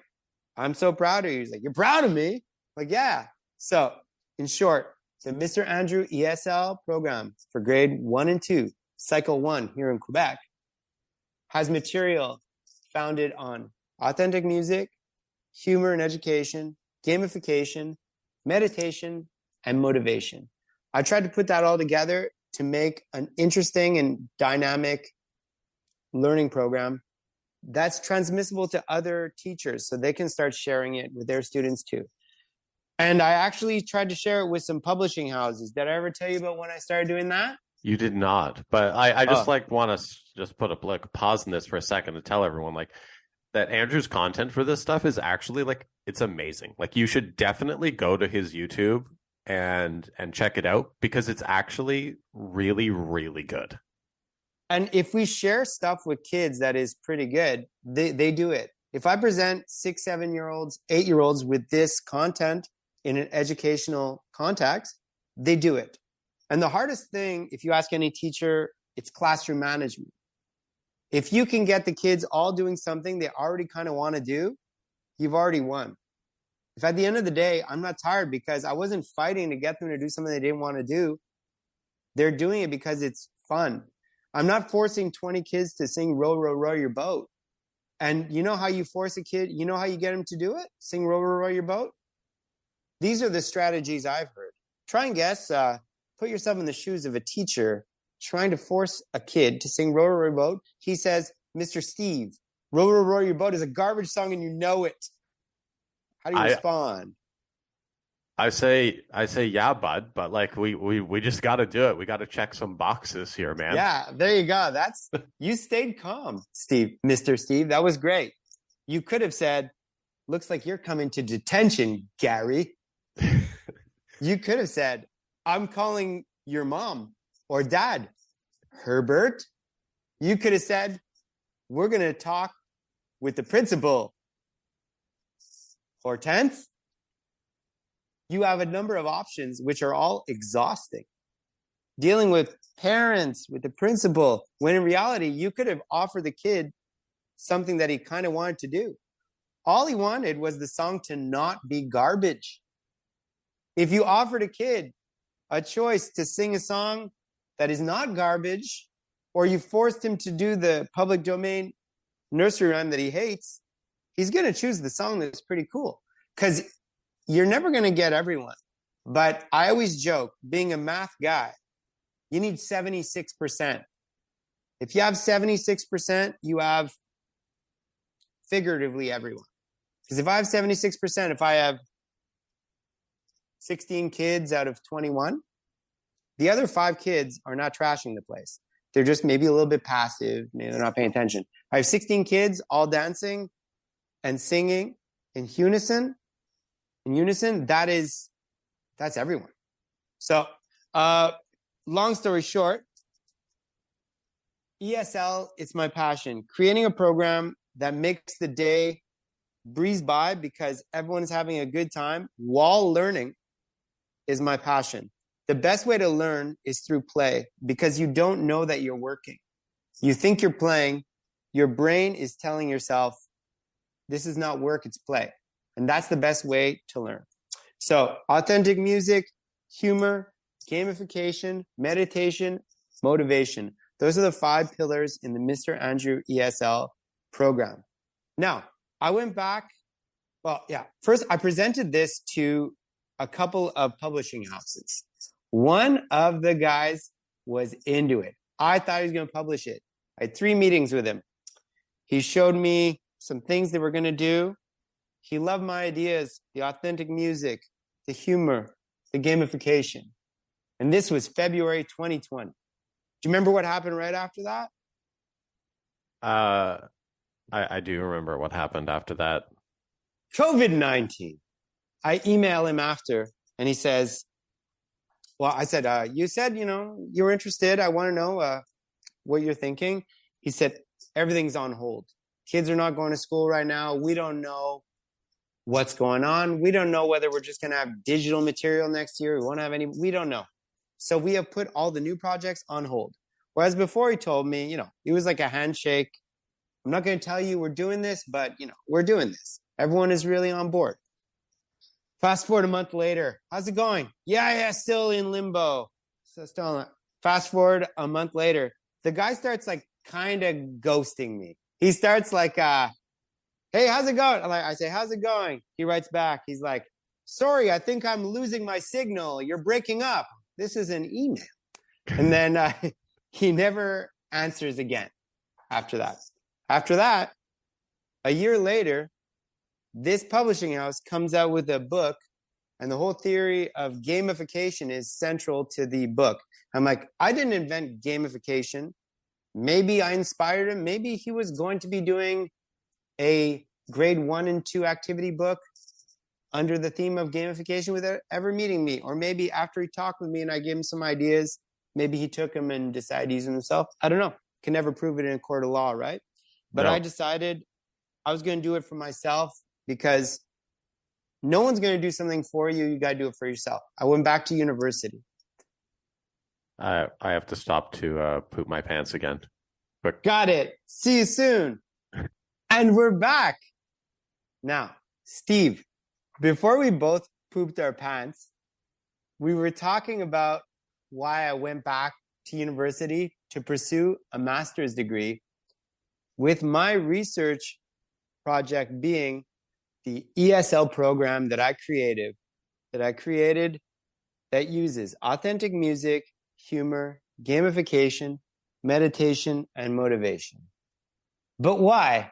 Well, when I said that I was discouraged by the current divisive state of politics, that was perhaps unfair.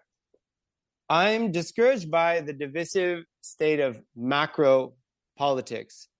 And when we talk about the comments, I think a good policy is don't read the comments. It's only poison. It's like looking at a car crash, and it never feels good after you see the car crash, but maybe you want to look at it.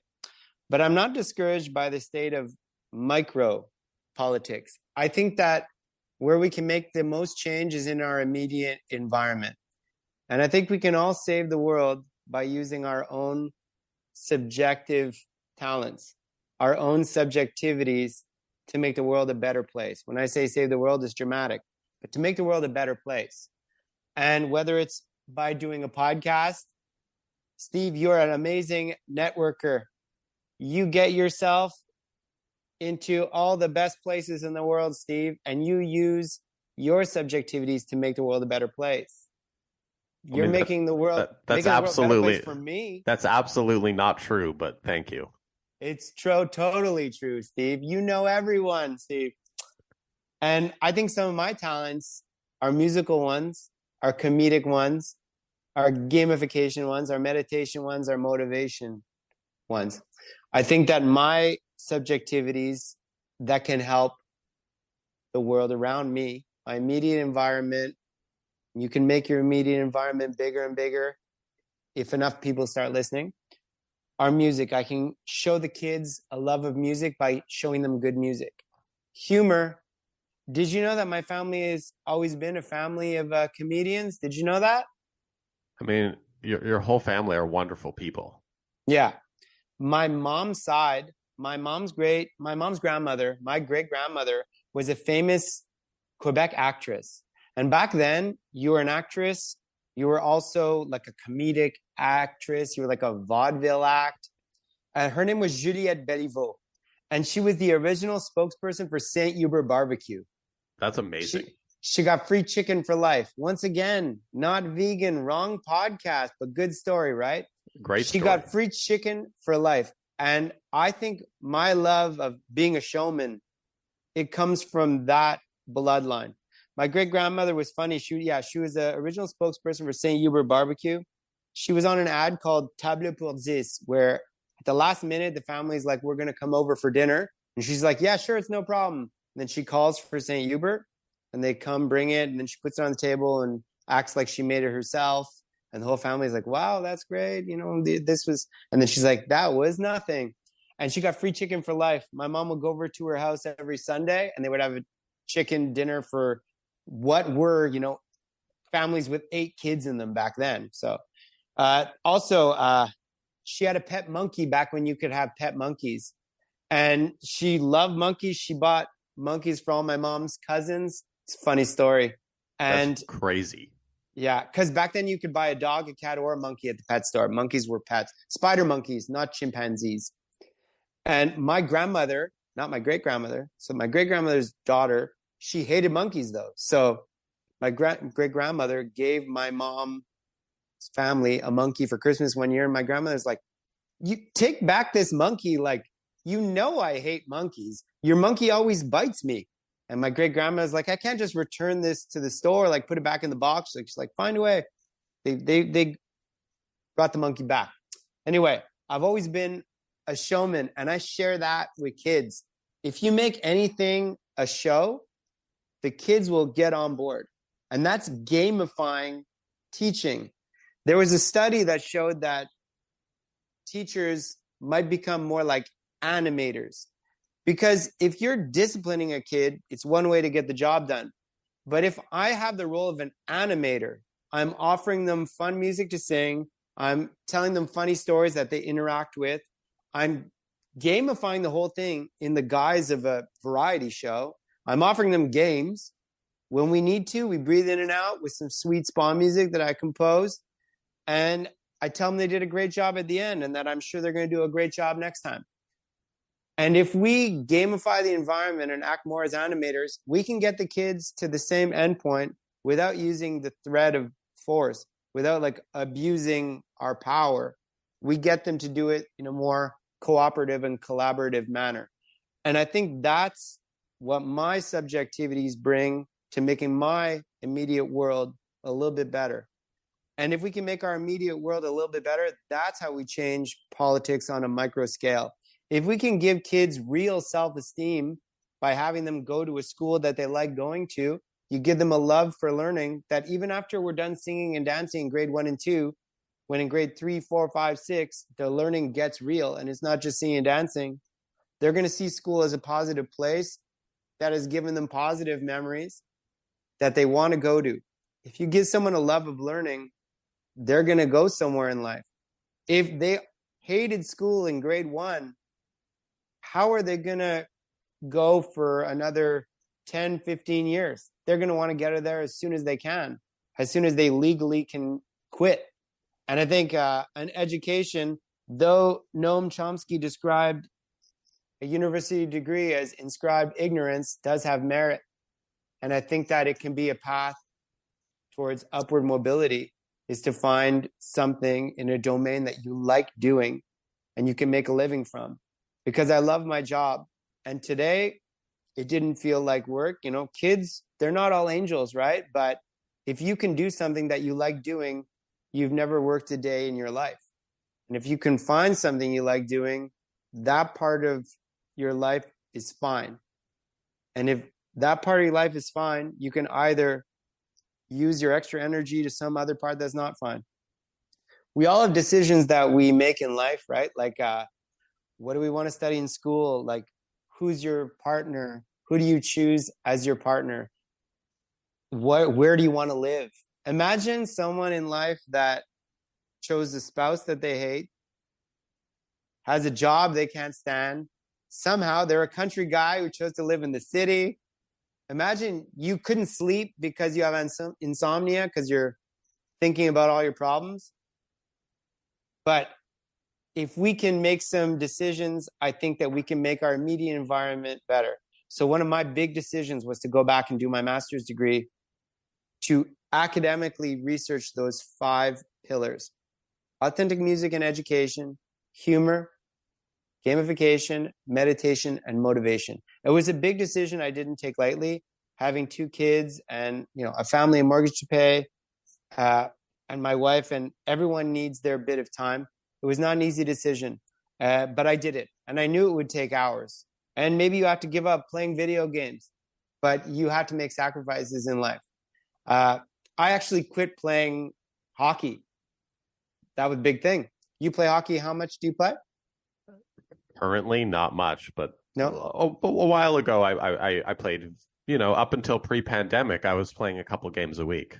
Yeah, I was playing a couple games a week. I would have 1 ice hockey game, 1 ball hockey game. But I said, I need those extra 5 hours, whatever it is. I need the extra 5, 6 hours. I need to put that into something else. If I don't put them into direct studying and researching, I put it into my family life. And then I put those other hours into the research.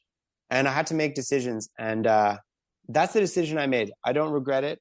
I'm about 2/3 through my master's degree researching authentic music, humor and education, gamification, meditation, motivation. And do you want to hear what I found so far? Or you have another question? Well, I was going to say, and I've recently ruined that by getting you interested and involved in Formula One. And now that's taken up like a good 5 hours of every second weekend. The good thing about Formula One is you can put it on while you're watching breakfast on a Sunday. Like, that's fine. Was the family planning on hiking up a mountain at 9:00 on Sunday? They were not. Can I drink my coffee and have some toast while watching a race that Verstappen won before he started? For sure. I can do that. Yeah, I can do that for sure. Yeah. So some of the research, though. I started looking into it. The first couple of years, I had to do all the classes. When you're doing a master's class, you have your base classes you take. And then I started getting to the point that I'm actually getting to really get into the meat of this project. And this is what I discovered. First of all, there are 2 concepts. One, the affective filter. Have you ever heard the term the affect? No. The affect is like your emotions, your feelings, your anxiety. Your affective filter rises when you're stressed out. It lowers when you're calmer. So if you're stressed out, are you going to be able to learn? Or are you going to be more preoccupied with your anxiety and your stress? You're not going to be learning, right? No, and this is very true in that, like when I tend to, when stuff get crazy at work, I tend to not be big into reading at that period during that stuff. But when stuff is like kind of relaxed at work, that's when I do my best reading. And so it's exactly that. I can't read when I'm preoccupied with anything. You said you're the same way? Like, I can't read. I'm reading and it's a blank because I've gone through the whole page, but I was thinking of something else. Yeah. And if you lower the affective filter, you can really get to learning. The information is absorbed. It's a filter. It's like blocking the learning, right? So it's funny because when I researched authentic music, humor, gamification, meditation, motivation, the affective filter kept coming up. And one way to lower the affective filter is to play someone pleasant music.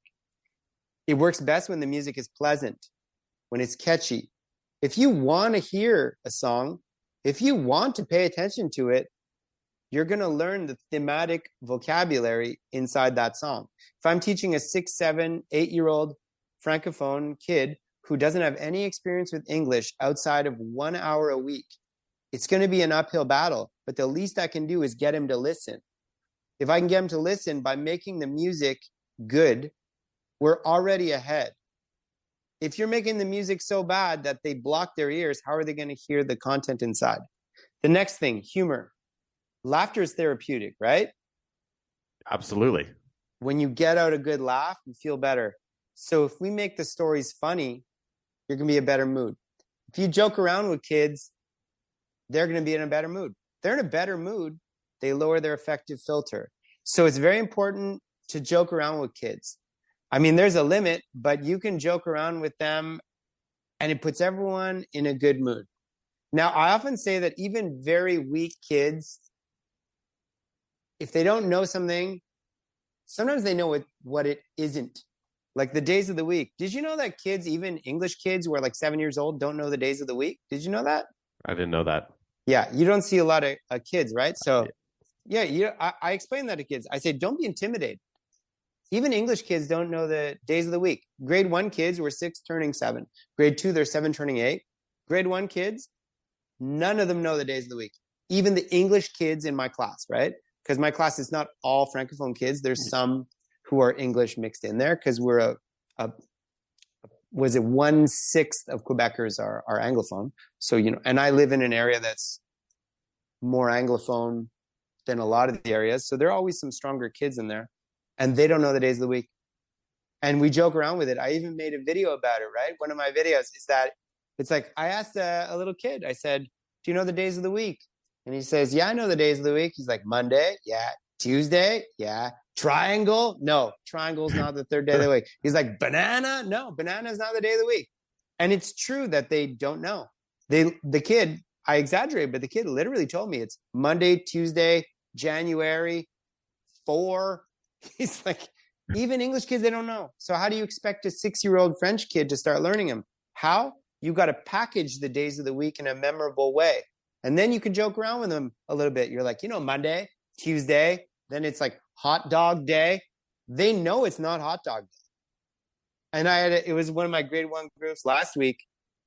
2 weeks ago, I joked around with that. I'm like, Monday, Tuesday, hot dog day. They're like, not a hot dog day. And last week, they even said like, it's not hot dog day. I'm like, oh, right. It was with you guys. We did the hot dog day bit.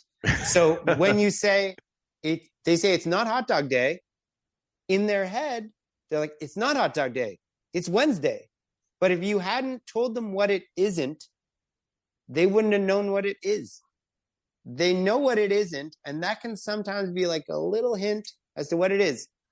And that's just a way that you can joke with kids and help them learn at the same time. It's funny that you mentioned that because like I'm in the process of like doing some new music for a new band and I've never been like musically talented or anything.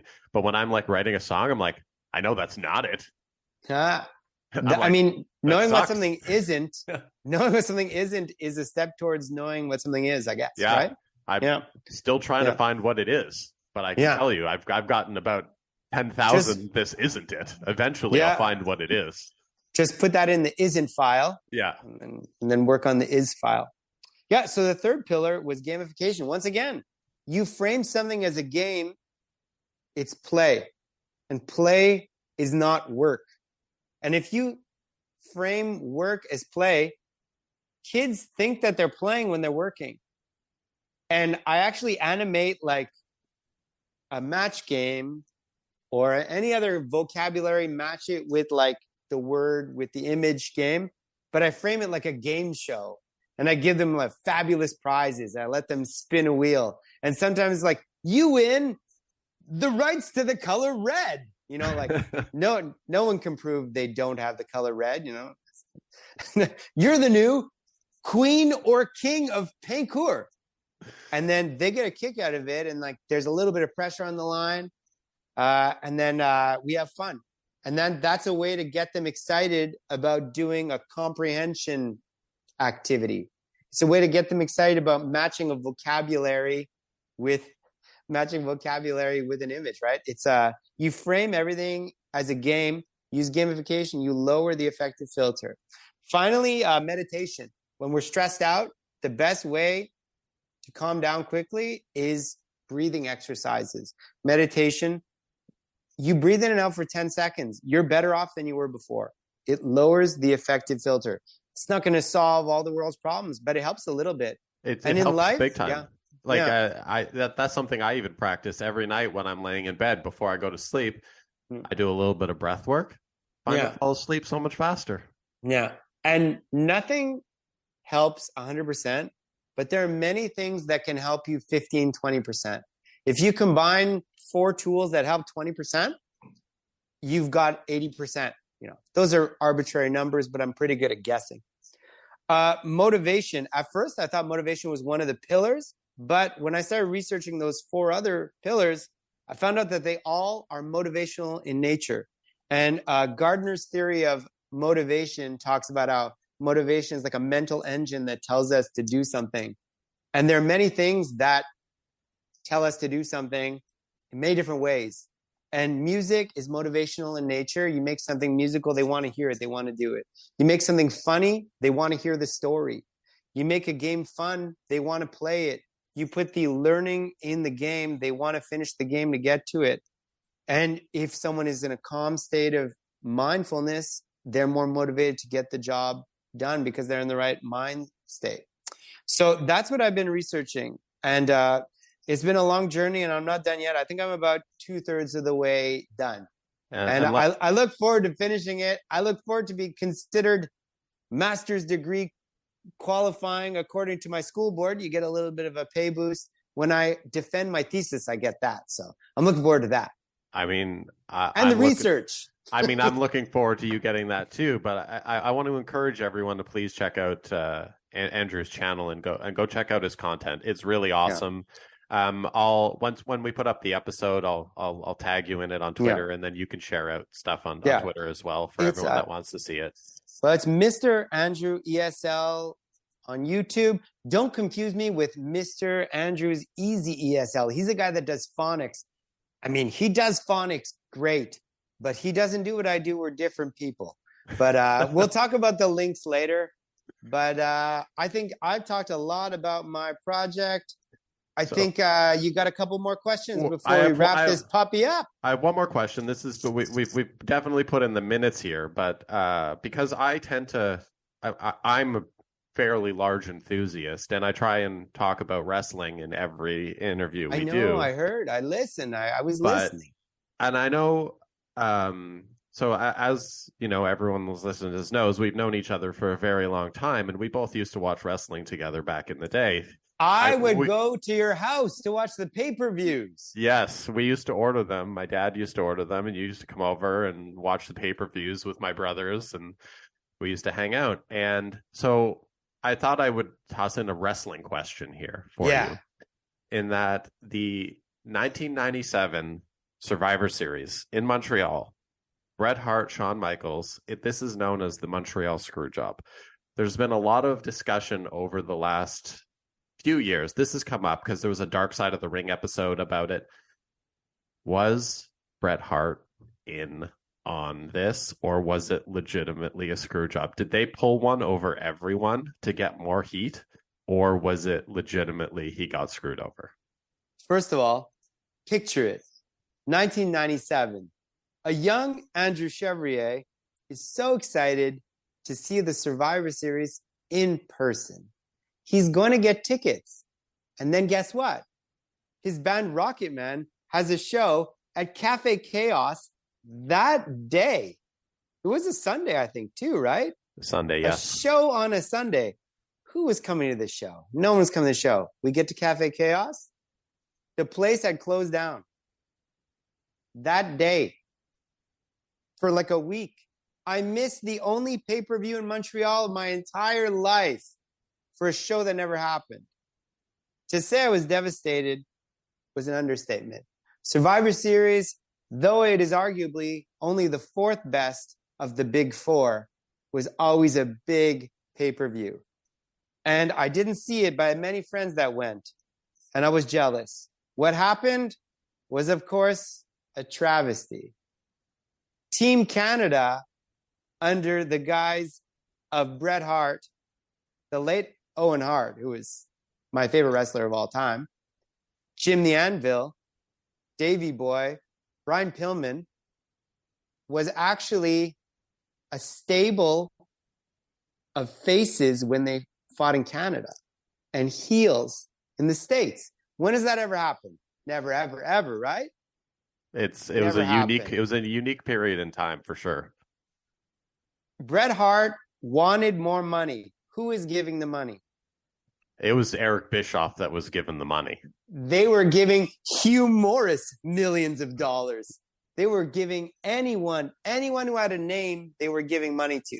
In my opinion, I'll never know. I'm not Jim Cornette or Bruce Pritchard or Vince McMahon or Pat. No, I know. Yeah, keep going.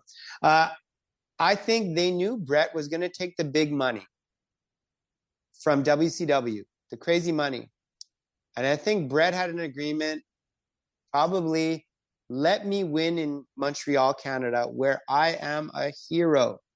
We are Canadian legends. Once again, not the most patriotic of podcasts, but I was a big Canadian wrestler fan. We had not that many Canadian wrestlers, so when we had one, it was a big deal. And there were lots of wrestling fans in Montreal that were like-minded, right? When they fought, they were faces. And I think Bret said, don't let me lose in Montreal in Canada. Side note, do you remember there was a pay-per-view? Was it in Calgary or in Saskatoon like a month prior? They had the In Your House pay-per-view in Calgary. And it was like all heels being faces. They won all the matches, and it was one of the more unique pay-per-view experiences. Fast forward a couple of months later, Bret is trying to take his belt. I think Bret wanted to save the belt on Survivor Series. I don't think he wanted to lose it. I mean, I remember him saying that, and he was going to drop it on Monday Night Raw, Yeah, something I think he like at another night. He would have dropped it at a later date in a less conspicuous manner. But I think Shawn Michaels had the pull back then, because Shawn Michaels and the Clique, they ran WWF back then.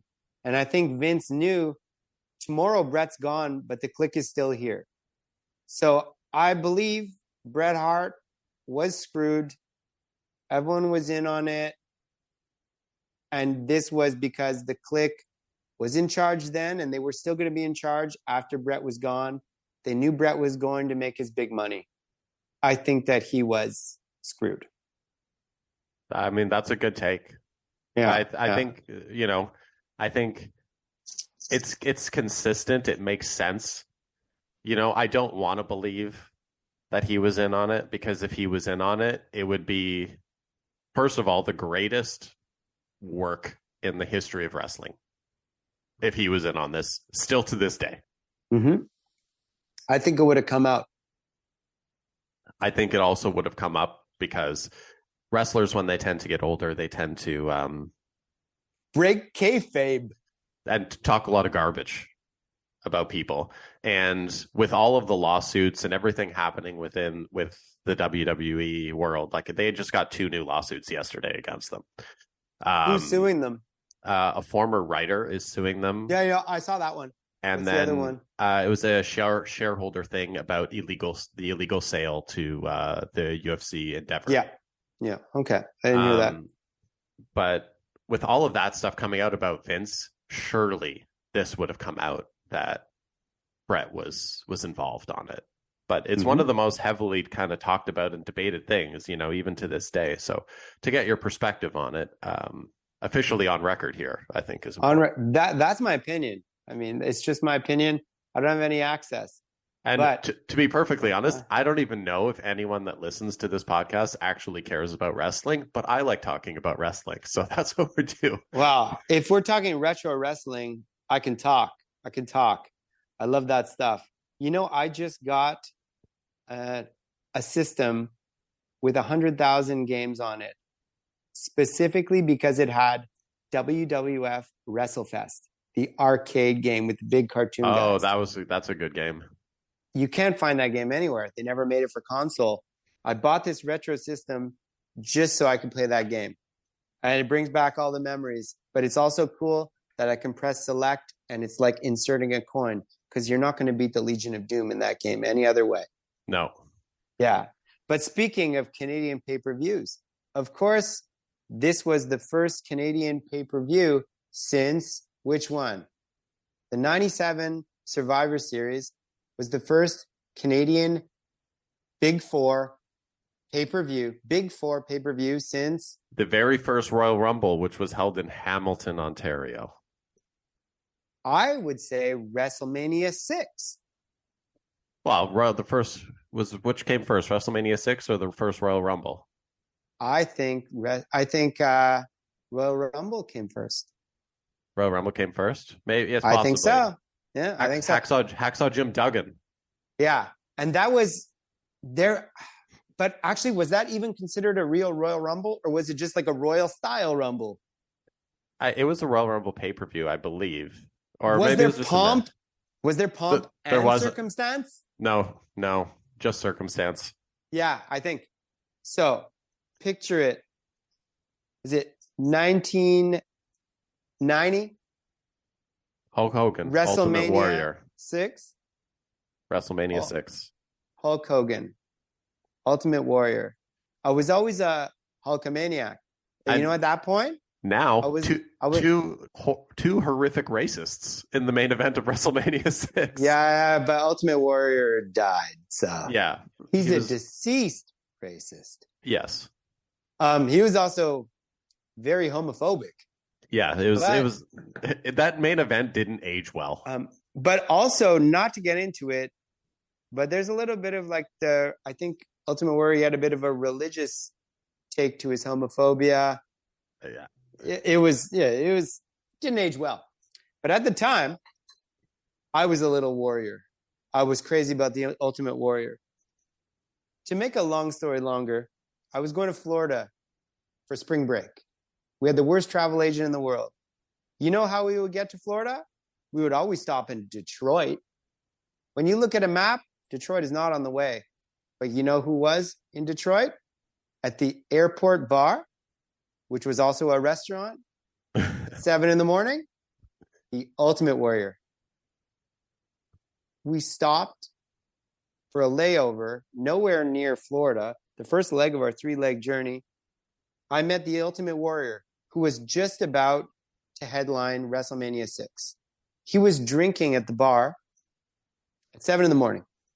My dad said, "Isn't that your hero, the Ultimate Warrior, who's about to be in WrestleMania 6 against Hulk Hogan?" I say it couldn't be. But you know what?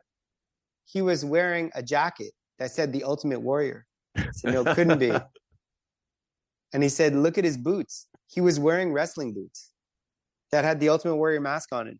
The only thing he didn't have is he didn't have the face, didn't have the makeup on. And I went up there, mustered all my courage. And I said, can you sign my coloring book? And he signed it, Feel the Power of the Ultimate Warrior. Later, the waitress said to my family, when I had gone to the bathroom, she told my parents, your son's very lucky. He signed the coloring book. Usually he tells people to F off. Imagine me, like a 8-9-year-old kid going up to his idol, and his idol, the Ultimate Warrior, told him to F off because he had been, do you know technically people are allowed to drink 24 hours a day at an airport bar? Well, it's an international time zone. Yeah. Yeah. So he was there. He must have been after a pre-WrestleMania match or something. He must have had a flight out. Maybe he had a connecting flight somewhere. And he was in Detroit. He had some hours off and he was there. And he was drinking at 7 a.m. at the bar. And he signed my coloring book, Feel the Power of the Ultimate Warrior. He may have been a racist and a homophobe, but on that day, he was a hero. Do you still have the coloring book? My mom threw it away during spring cleaning. But my mom will vouch for it.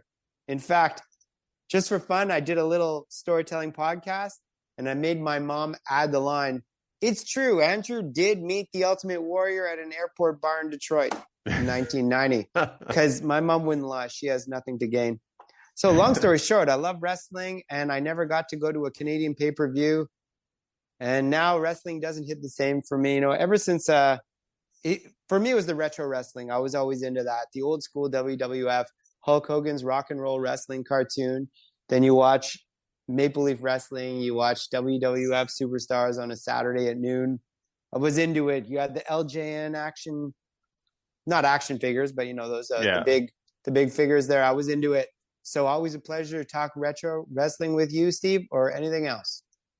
I thoroughly enjoyed our conversation today. This is going to go down as one of probably the longest interview I'll ever do.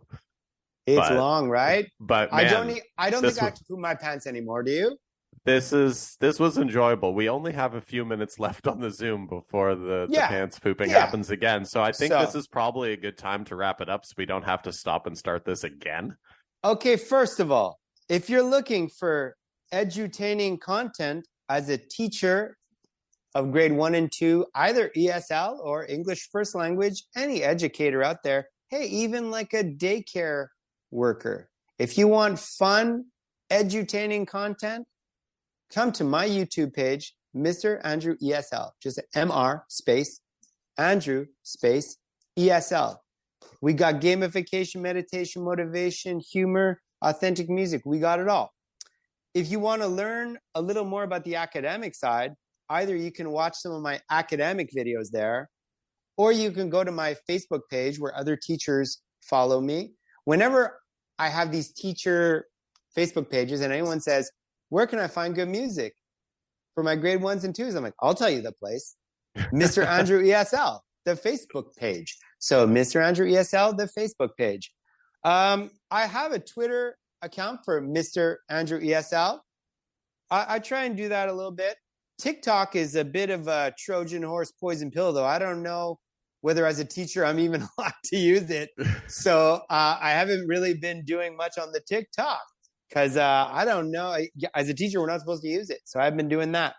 Next, if you want to hear Fedallah's Hearse, the Andrew Chevrier cover, you're not going to find that on Mr. Andrew ESL because though that message is okay for kids, I'm not going to put Fedallah's Hearse propaganda cover next to Fruits and Vegetables and Stop Go. I don't want other educators using it for that. It's a great message, but it's just a lot. It's just not there yet. It's a lot. It's a lot for a 6 or 7 years old to take the weight of the world on their shoulders. But if you want to listen to it, you go to my YouTube, which is just Andrew Chevrier, my name with no spaces on YouTube. And I put it there. And when we had that, it was kind of last minute that we set this thing up. It's been a while in the making that I made the cover, but it was like, are you ready this week? I'm like, okay, I should put this on YouTube. My cat was lying down on me. I couldn't get up, but I put it on YouTube. My cat was asleep on me. And I didn't want to use a Fedallah's Hearse cover. I found this on the web. No, it's okay. I'm good. Nothing. Jalen Hurts stats. Okay, That's what Siri has. I didn't want to use the actual cover because, I don't want people to be tricked into thinking it was propaganda. You ever do that? You're looking for a Bruce Springsteen song? No, you have every album under the sun. Just say you're looking for a video, and then you get Bruce Springsteen and the F Street Band's version cover. That happened? Yeah, that's hilarious. Happens, right? I didn't want that to happen, so I didn't use the cover. I didn't use the album cover. So I just took a picture of my cat sleeping on me. If ever you have a cat or a dog sleeping on you, you don't want to move. You're not moving. No. And my cat was literally snoring. And this has been a long time coming with my cats. It took them a long time to warm up to me. At first, they didn't care much for me. It took my cats a good 2 years. My theory is that they like my little kids. They're quiet. They're not quiet, but they're small. So they're not loud. They're not quiet, but they're not loud. They're little kids. They like my wife. She's 5 feet tall. So she's not full 5'10" human, adult male size. I'm only 5'8". I'm not 5'10".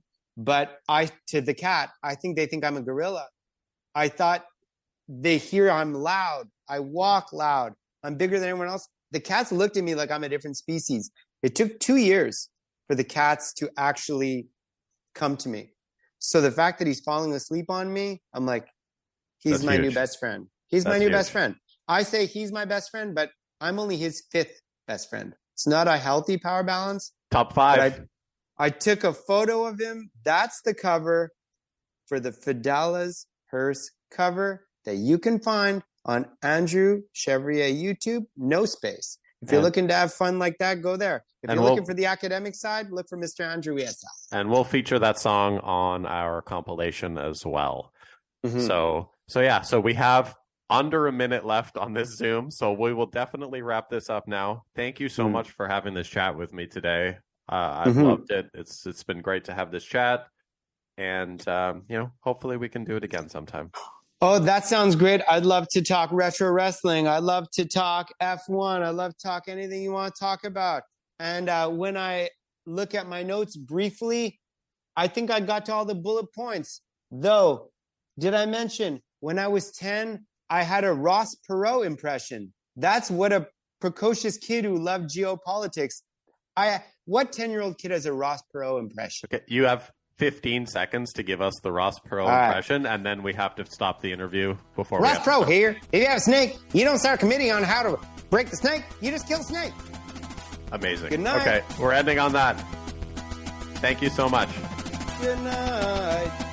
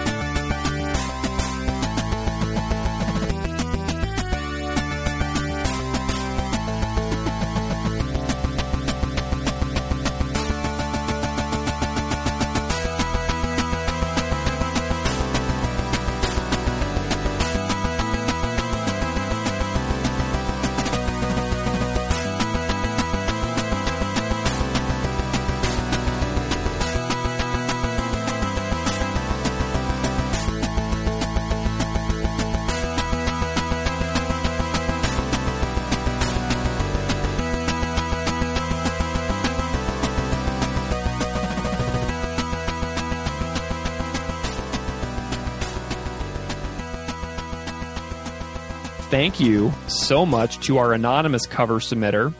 Steve, your conversation with Chevy, wonderful, hilarious, great time, and an excellent cover, I might add. And everybody, just to remind you that you can get that 8-bit cover that you just heard at screamingfastcore.bandcamp.com. So, Steve, any thoughts on the covers and the interview? Any takeaway thoughts before we get into these this musical section here? I mean, I enjoyed the covers. I selfishly had a wonderful time talking to my friend Chevy, and I love that you two had an excuse to get together and hang out for so long, because when we're 30s, 40s, people don't find reasons to just hang out anymore. So I'm really glad that you two were able to do that. It made me happy. Yeah, and we live about 6 hours away from each other now, so we don't see each other too often. So it was great. Yeah. All right. Well, do you want to get into the music here? Yeah, and I'm looking forward to talking about this because there's a lot to talk about in this song. Yeah, and I'm excited to hear your thoughts. So let's talk about the overall structure first.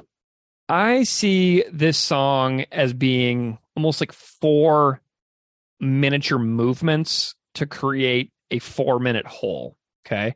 So we've got the opening super fast, like punk rock fast beat part for the first 1:03. Okay. That's part 1. Part 2 is the slow distorted part from about 1:03 to 2 minutes. Part 3 is what I call Propajazzy or Jazzagandhi, which is slow and clean from about 2 to 2:40 and is sort of stylistically reminiscent of like Cut Into the Earth, which comes later in the record. And then we have the slow distorted part, which kind of comes back in from 2:40 to the end for part 4. What are you thinking about my structural breakdown here? I think your structural breakdown is spot on. I think the Jazzagandhi part nailed it. Yeah. It's cool, right? Love it. So don't forget to thank those. That part, it's like really, it's really cool. It's not just like normal beats. Like Jord really gets exploratory on that section, which is really fun. So I love these little moments, and because of that one part, this song feels really like a connected to Cut Into the Earth for me, because it has that different feel to it that the band is sort of experimenting with for the first time on this record.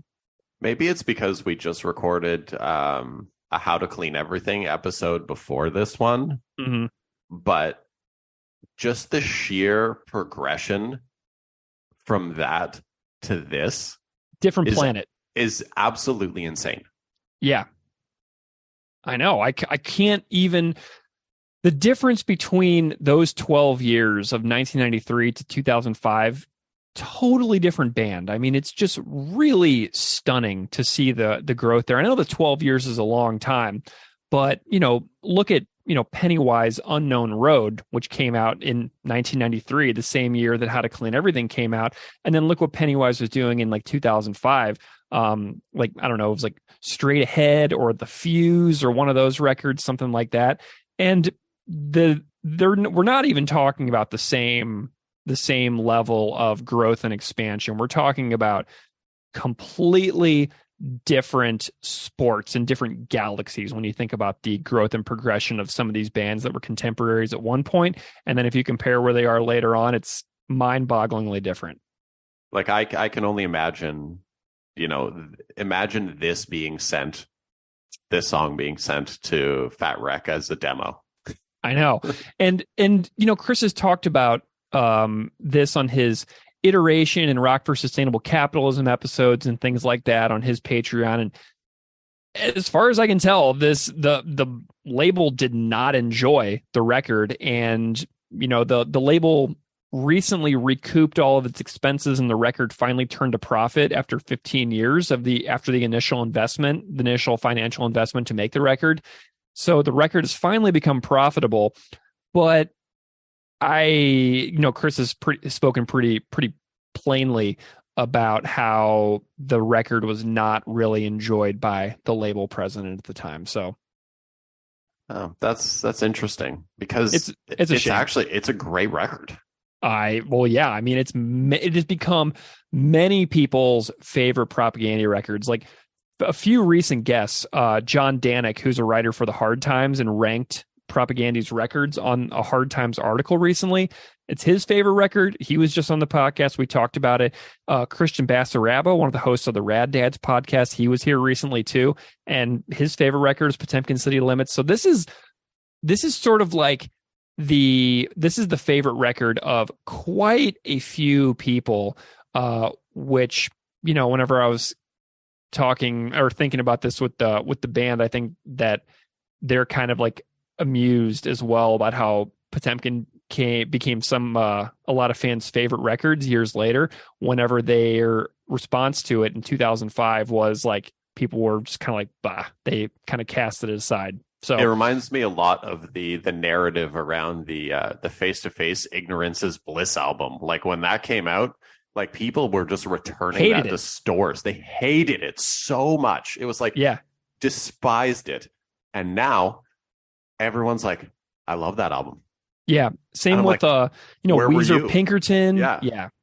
Yeah, exactly. And I like another one that comes to mind is like Saves the Days in Reverie, which is a record that I still don't personally enjoy, but like now I see people like fawning over that record. On a Wire by the Get Up Kids, same thing as like a totally despised record when it came out, and now people are like, oh yeah, On a Wire is my favorite Get Up Kids record. So you see that often.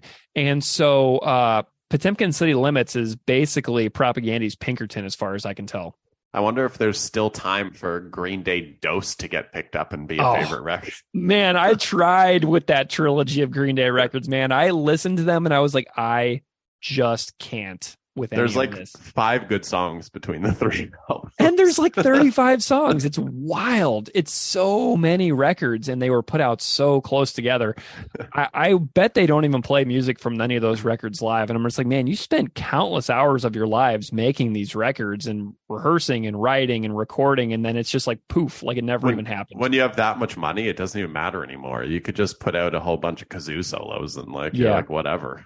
But I mean, speaking of like poof, it never even happened.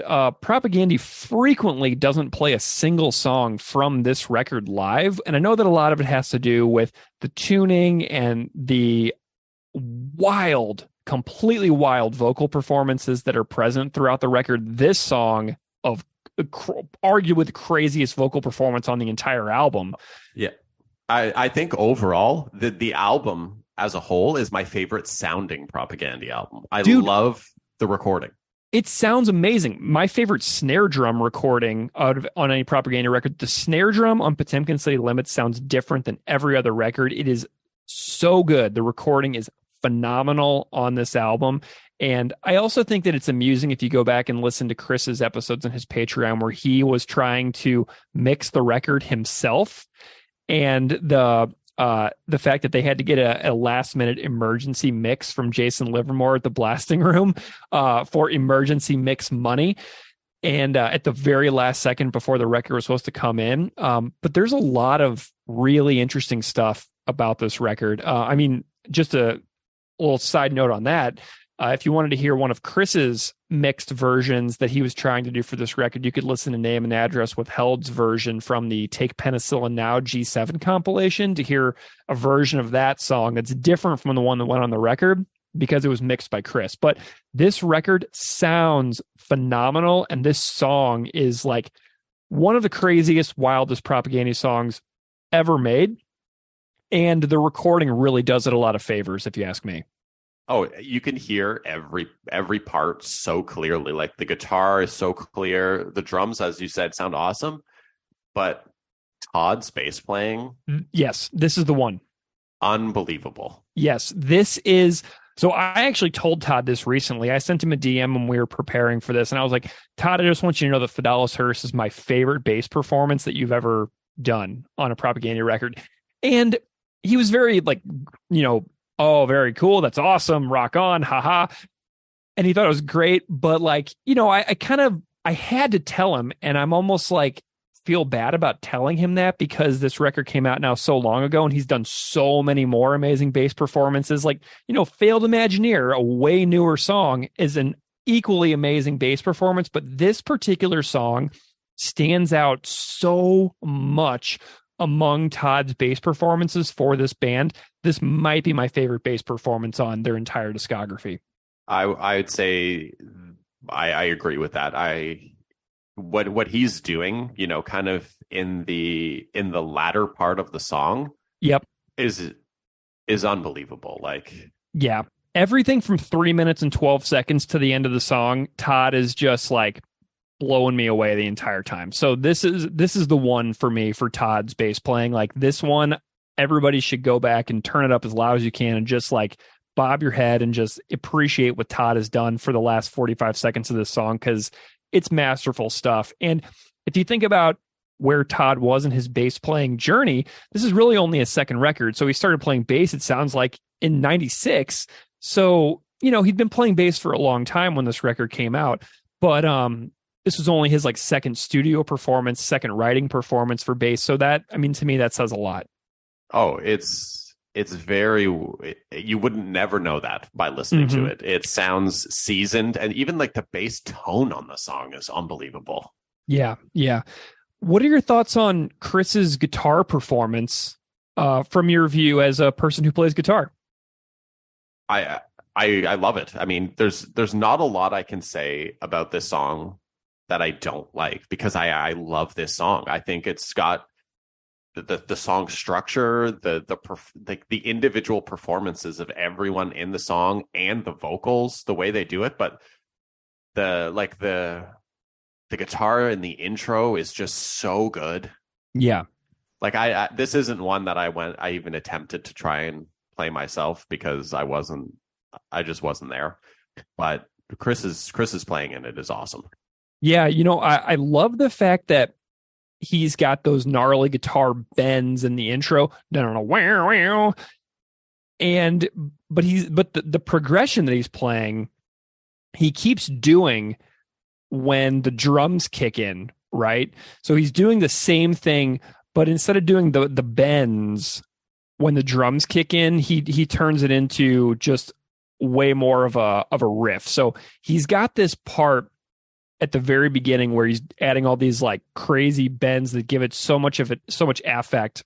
But then when the drums come in, it turns into a lot more of a riff as well. So he's got these like ways that he plays something comparable and keeps the sound going and keeps the song moving, but it gives the parts each their own individual flair instead of just doing the same thing every time he comes to that riff. So those bends really add so much flair to the guitar playing to give like the parts a little bit of a special feeling.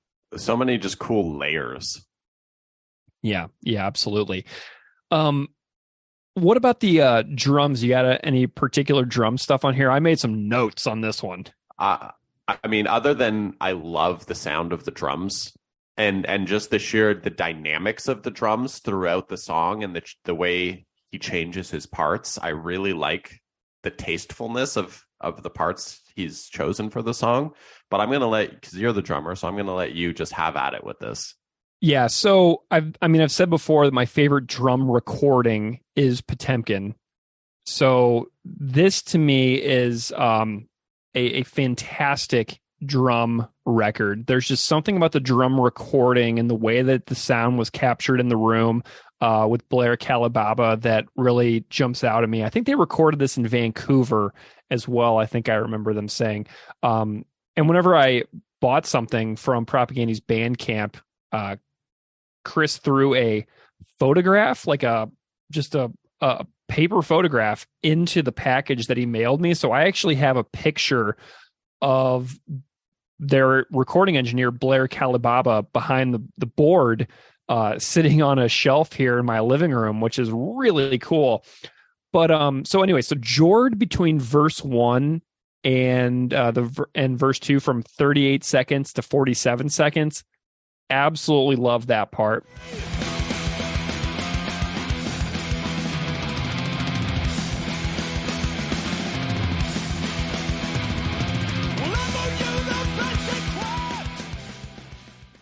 Jord's beat under the halftime part at like 1:30 feels almost like tertium non-dater a little bit.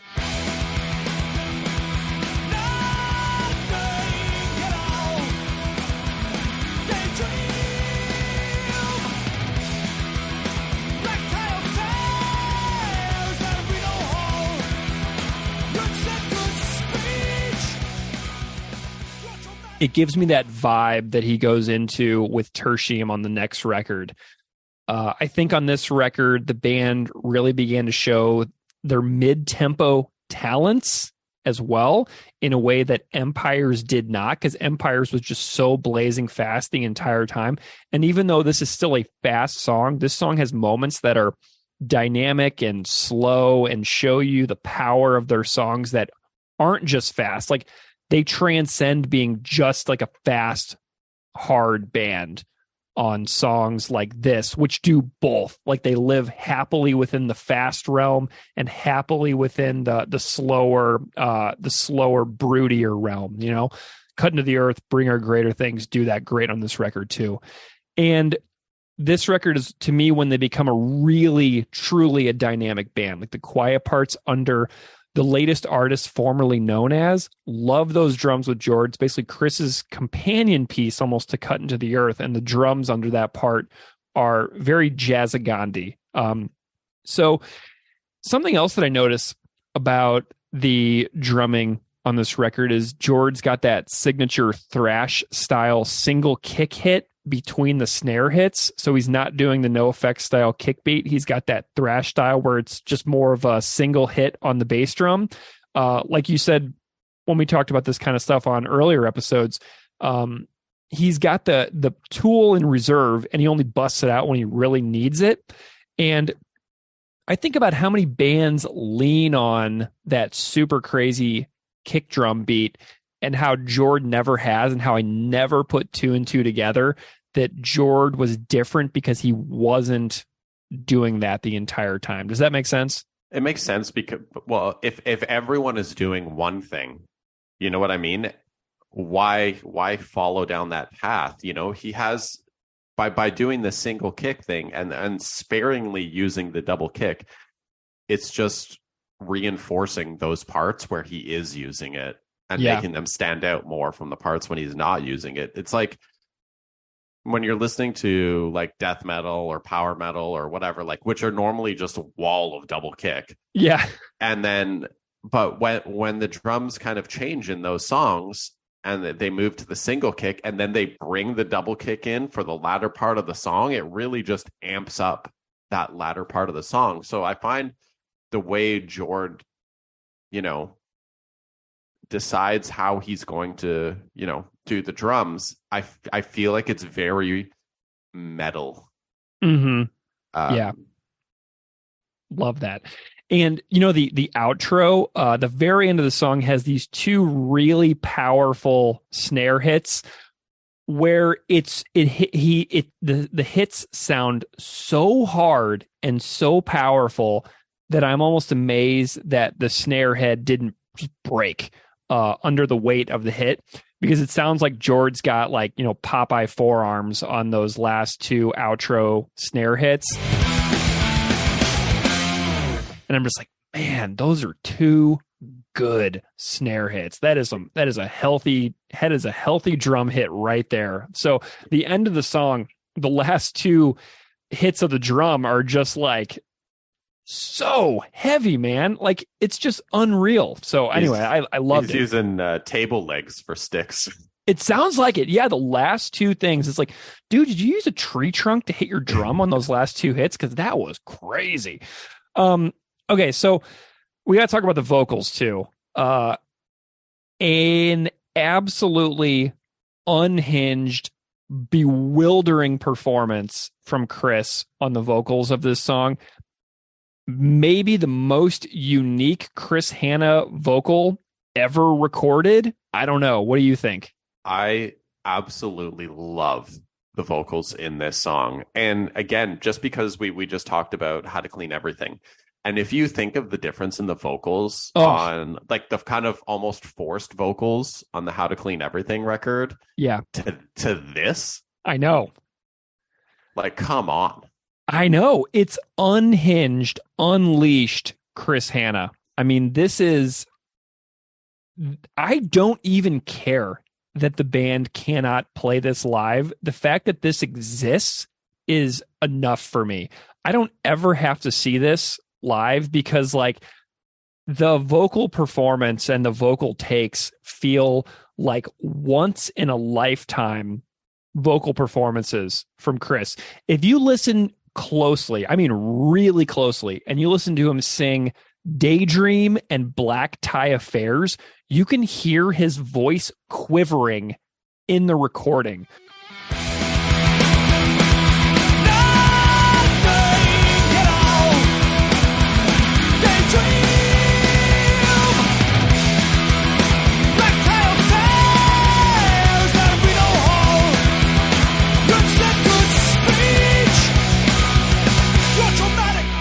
Like, that is as far as he could possibly take those particular lines. So I am completely fine that they have made this song that is like unplayable, because it is so unbelievable when you really listen to it and you compare it to the rest of the discography. The fact that this song's vocal takes exist is pretty miraculous and amazing. It's like, so two things. First, the way he does the call and response kind of with his own vocals in the song is unbelievable. Love that. Yeah. But this song as a whole, I'm probably going to get a lot of flack for this, but I dare say that this might be their like masterpiece song. I mean, it's a perfect song. I mean, completely. It's one of the most encapsulating things of their abilities. If you think about the amazing guitar playing, the outrageous vocal performance, the arguably the best Todd Kowalski bass performance ever put to tape in this band, and then Jord, obviously, and then you put all of that together, I mean, you'd be hard pressed to find a song that is quote unquote better than this one. You know, I mean, if you think about all of the ingredients that were put together in the performance of this particular song, this is peak abilities, like as far as you could possibly take it. This is like one of those, all those ingredients is like when you get the perfect Hello Fresh meal. Yeah. Or you get the green onions that like are not rotten in that little plastic bag that they send. Oh yeah. Oh man, that's the dream. Amazing. You know, I can just, whenever I listen to this closely, the vocal performance, I know that Chris does his vocals at home, and I'm fairly certain that he recorded all the vocals for this record in his house as well in the mid 2000s, because I know that he had a recording studio in his house for a long time, where I think that like the dining room is where he had like a bunch of the gear all set up and everything. He was drilling holes in the floor for like vocal performances in the basement or something. So I'm fairly sure that Chris recorded these vocals himself. And I just imagine him like in his house singing, being like, can I actually do this? And like, I just imagine the people at Fat Records who would get a song like this and being like, is this the same guy? And then like almost like believing the Glenn Lambert bit. Like, because for me, when I got this record and I heard this, I was like, wait, is there actually a guy named Glenn who joined the band? Like, the fact that this vocal performance is so wildly different than the previous stuff, it was almost, I think that's kind of like why a lot of people about the whole Glenn Lambert thing got really bent out of shape, because Chris sounds so different on several parts of this record that it's like, wait, did they actually get another guy to sing some of this? So that to me is a little bit of the craziness about this vocal performance, is like just how much of an outlier and how unique it actually is. I would have loved to have been a fly on the wall in the Fat Wreck office when this arrived. It would be hilarious. And I just imagine them like looking around and being like, is that the same guy? Is this the guy we know? The guy who, you know, party fucking hard guy? That guy? That's him? Is this the Ska Sucks guy? Yeah, Ska Sucks? This guy? So anyway, cannot say enough. We could go on just ranting and raving for the next hour about how amazing this vocal performance is. But we should probably get into these lyrics because we have some stuff to talk about. And this is where I'm really going to just make a total fool out of myself. I can't wait. All right, let's do this. Opening lyric, As so many practiced diplomats, so too your vaunted laureates, whose access to the higher rungs of the cultural priesthood is hinged upon their flair for sophistry. So, English teacher here. Full disclosure, I'm looking up some of these words sometimes in some of these songs. So let's just go through some of these basic words. Diplomat is an official representing a country abroad, which a lot of people probably know. The word vaunted means boasted about or praised excessively. A laureate is a person who is awarded for outstanding intellectual or creative achievements, and sophistry is a fallacious argument. So to me, there is an access to culture and art that some people get to do and some people do not. So for an example, and in no way a slight to this particular person, because I don't know him or whatever, but I was reading the Dave Grohl memoir recently, and every chapter has an example of him rubbing shoulders with like some ultra famous person nonstop. Everybody from AC/DC to George W. Bush show up in Dave Grohl's memoir, right? So while he goes above and beyond in the book to make a point about how much his mind is blown, like the fact that 1 minute he's having dinner with AC/DC and Paul McCartney, and then the next minute he's performing at the White House or the Kennedy Center, just reinforces the fact that some people have access to the higher rungs that we won't ever have. You and me, Steve, we're never going to. Not a chance. Never, not a chance, okay? And so are we not as worthy of being a part of culture and artistic discussions as people who get VIP guest list invitations to, soirees at the Kennedy Center or the White House? I would like to think so. Okay. Why are they, so important and we are so unimportant? There's, my feelings are a little hurt, to be frank.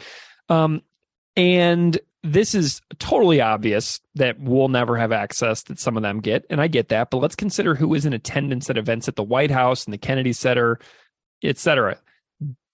Rito Hall. Okay. Right. Diplomats and laureates. And how do people in the higher rungs get access? If we look at the song, the flair for sophistry means oftentimes they get access by lying, deceiving, playing sides against each other politically. So does it make it more likely you will access the heights of celebrity if you lie and deceive? Maybe, maybe not. But it doesn't seem to hurt, right? So I think that Chris is saying that the sophistry is a part of the access. And if you're willing to do that, you might be slightly more, have access to things that you wouldn't otherwise have. And when you play political games to access culture and art, you are often missing the point of all those things anyway. So there's a little conundrum there. Like if you play those games, you are missing the entire point of the art that you are there to appreciate, because oftentimes the art is sending you, the viewer, messages that are completely at odds with your flair for sophistry, right? So does that make sense? Oh, it makes perfect sense. And, when you go think about that, you're like, is it really worth doing all that just to have a seat at that table? Yeah, I kind of like our little world here where we're surrounded by fun and encouraging and thoughtful, cool people here on the lower rungs. I don't know. I'm pretty comfy with where I am as far as like the world of art is concerned. I would be very out of place at like a White House dinner or a Kennedy Center thing. They would be like, who brought this guy? Why is he here, and how do we get him to leave as fast as possible? Yeah, I'll show up in my catastrophic break with consensus reality, Saved by the Bell font, fluorescent t-shirt that I got on here. And they're going to be like, who is this monumental jackass and why is he involved in this? So we got this next line. Well, I vote you the best equipped to shrink from speech that might suggest any thoughts that your key market, target market, might not have already signed off on and ratified. So this is a really interesting line. I recently watched a Taylor Swift documentary on Netflix.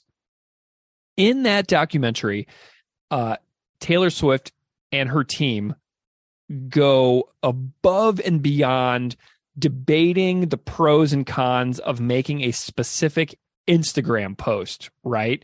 With somebody who, with millions and millions and millions of fans and millions upon millions of dollars, the upsetting of the key target market is very different decision than if you or I go on and post something on Twitter that 9 people will like, or something like that.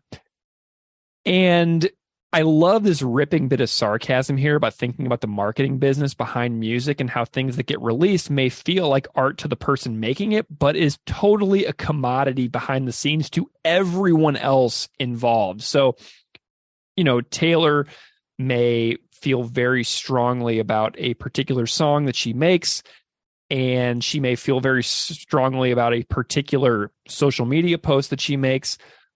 But the fact that she had to run these decisions past so many people in her orbit whose livelihoods depend on her continuing to make millions and millions of dollars year after year, their careers rely on it. So they're giving her advice about the pros and cons of doing a certain thing.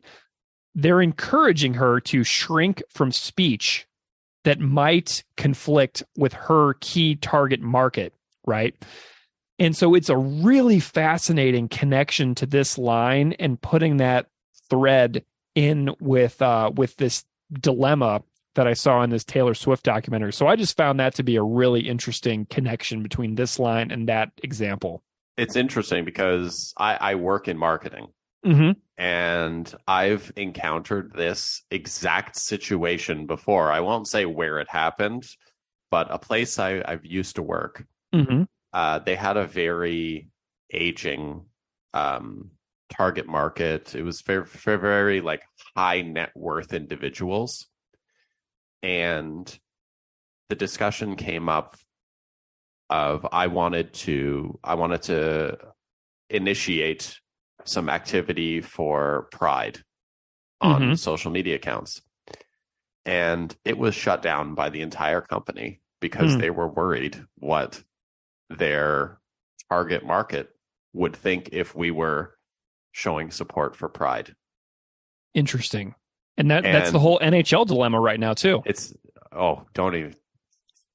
Man, you had to bring up hockey again. I don't mean to totally derail your point. You're making an amazing point. Forget I said the NHL, but yes, that's another example. It's exactly the NHL is probably more than my stupid actual experience. The NHL is the perfect example of that. Like the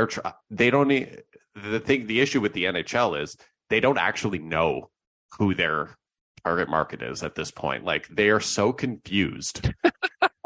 Yeah.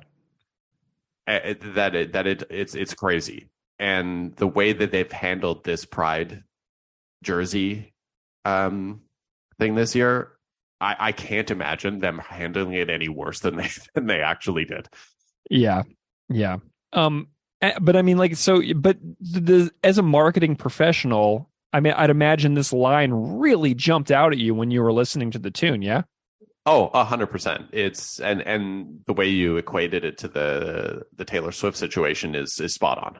Yeah, and what was really interesting about the Taylor Swift thing too is that she does wind up doing it, and then she gets overwhelming accolades for speaking out on something. I think it was related to a Tennessee midterm election cycle where there was a particular person up for election in Tennessee, her home state, that was doing things that were, bigoted and terrible, things that we've talked about on this podcast over and over and over.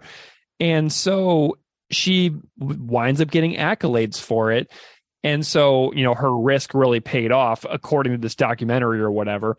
But the person that she spoke out for, they probably have their own skeletons in the closet, very much similar to, John Kerry running for the Democratic election for president around the time this record came out.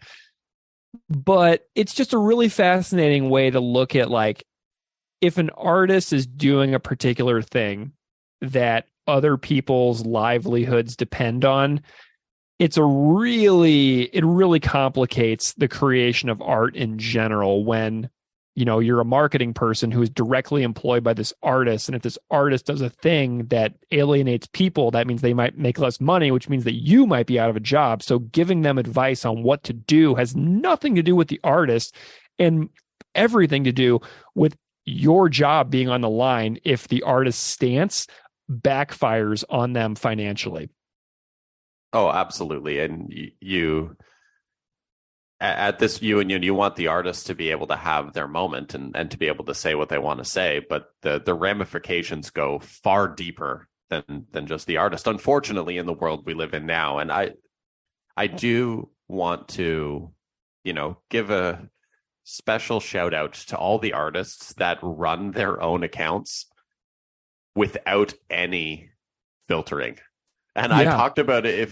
If you remember the episode that I did with Ali, where I talked about Avantasia running their own Instagram and then Facebook, and then getting into but he's not running anything by anyone. He's just posting whatever he wants. Yeah. I mean, what he thinks. Then it's really funny. And then we get this next line, and I vote you most likely to clutter your language with so much deadwood that no amount of pruning will reveal your intensive, protracted campaign of saying nothing at all. Absolutely hilarious lyric right here. So I went to many academic conferences as a graduate student, and I attended so many countless paper sessions where scholars, PhDs or PhD candidates were presenting these like half-baked, half-developed ideas that they were trying to, fill up a CV with so that they could continue to be a part of their academic field and get promotion and tenure and jobs and notoriety, and fill up their CV with presentations. But some of them were so clearly written on the plane to the conference, and they just get up there and they just read this thing out loud to a room full of people. And I walked out of so many of those experiences completely bewildered, confused, and honestly feeling dumber than when I walked into the room an hour before. Like, I would look at these amazing and provocative and interesting titles and get drawn to these like conference paper sessions, and then walk out of there being like, man, that person said nothing. And I feel so stupid right now because either that entire thing went completely over my head and I don't have two brain cells to rub together, or this person made this up completely on the fly, wrote it on the plane on the way here, read it, and now has another line to add to their CV because they went to the AERA conference in Vancouver. You know what I mean? So I love this line because it just reminds me so much of my own experiences of going to conferences where I'm allegedly being taught by, brilliant, thoughtful academic people, but then just walking out more confused than ever. That's probably the way people that listen to this feel every time I speak. They're just like, what is he talking about? You're so clear. You're a clear speaker. I don't know. So I disagree, but that I'm biased.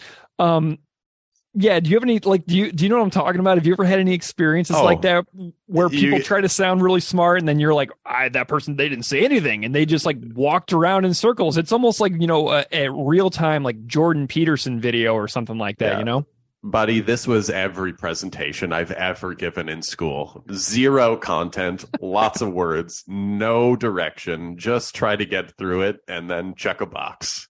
Yeah, exactly.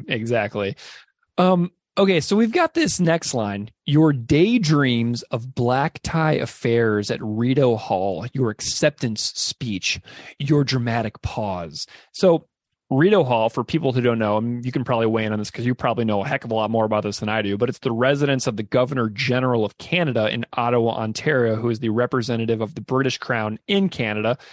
I watched a changing of the guard ceremony on YouTube recently as well. So I have now seen the changing of the guard at Rideau Hall via YouTube. So hooray for that. Thoughts on Rideau Hall, the place?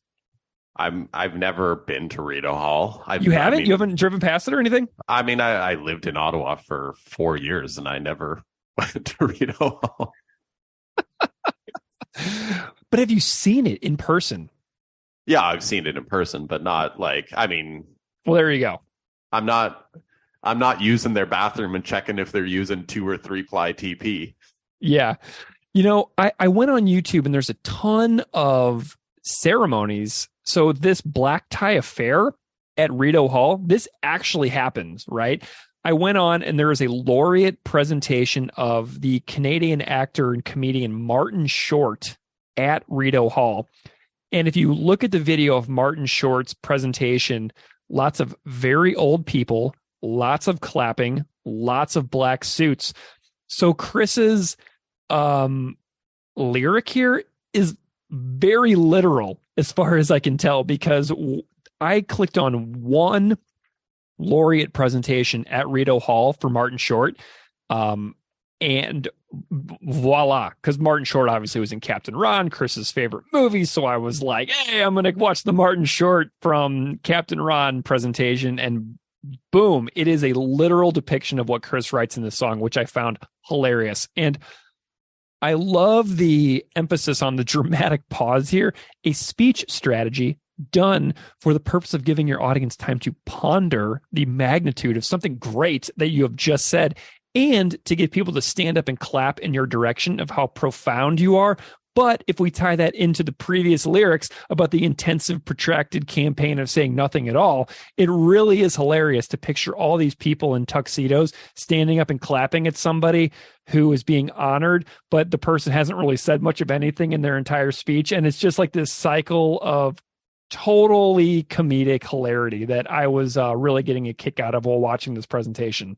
Half of the people at these things, what are the odds everyone's even paying attention? One.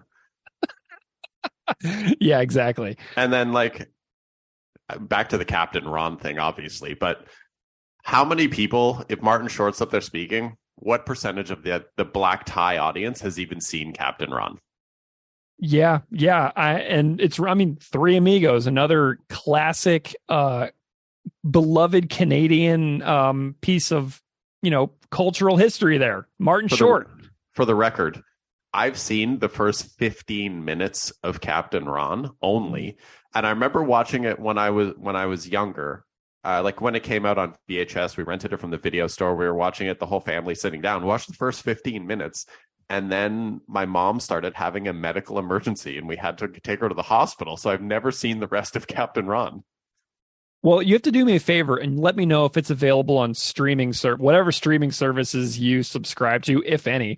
Go on there and search and see if it's available, because in the US, it's only available on Amazon to rent for like $4. So I haven't managed to see it because I think that it should just be free on one of the ridiculous amount of streaming services that I pay for, purely because I am a glutton for, entertainment and backlit, like fluorescent screen doom boxes. And, but yeah, no free Captain Ron. So I have not seen Captain Ron in a long time because I can't just hit play without it charging me more money than I'm already paying. Man, that the amount of convenience I know. and first world problems that we're just speaking about right now is embarrassing. I know, but I'm really leaning into it because I'm having a really good time. But there's some interesting stuff about Rideau Hall as well.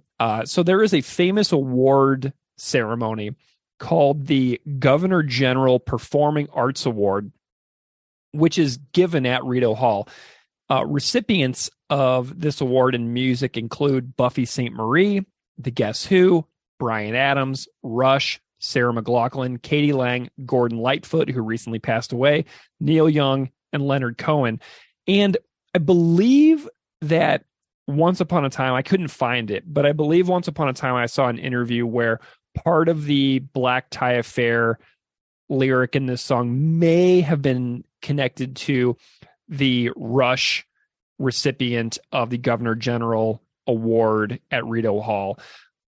I am going to attempt to nudge Chris to do an episode about Fedallah's Hearse on his Patreon, because I think that it would be an amazing episode. It's a song that is so fascinating, and his role as a musician, artist in Canada, I would completely love to hear his thoughts on the backstory of this song that isn't you and me just making this up as we go along. You know what I mean? I think everyone would prefer that to what we're doing right now. Yeah. But interestingly, if we think about what this song is asking us to do, it's asking us to say, who is the prevailing order and gatekeepers of the world of art, right?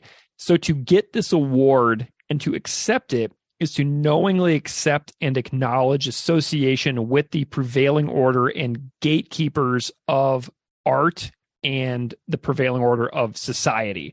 So to get this award, you have to buy into this overarching structure of the prevailing order in society, which is a really fascinating thing, because the prevailing order does things that so many artists are like the antithesis of and diametrically opposed to values wise, yet you go into these halls of power in order to be honored for these things. So you're almost like summoned before the powerful black ties, and you're like, fine, I'll submit and I'll get my do they have award. do they have to read Dianetics before they can participate in this?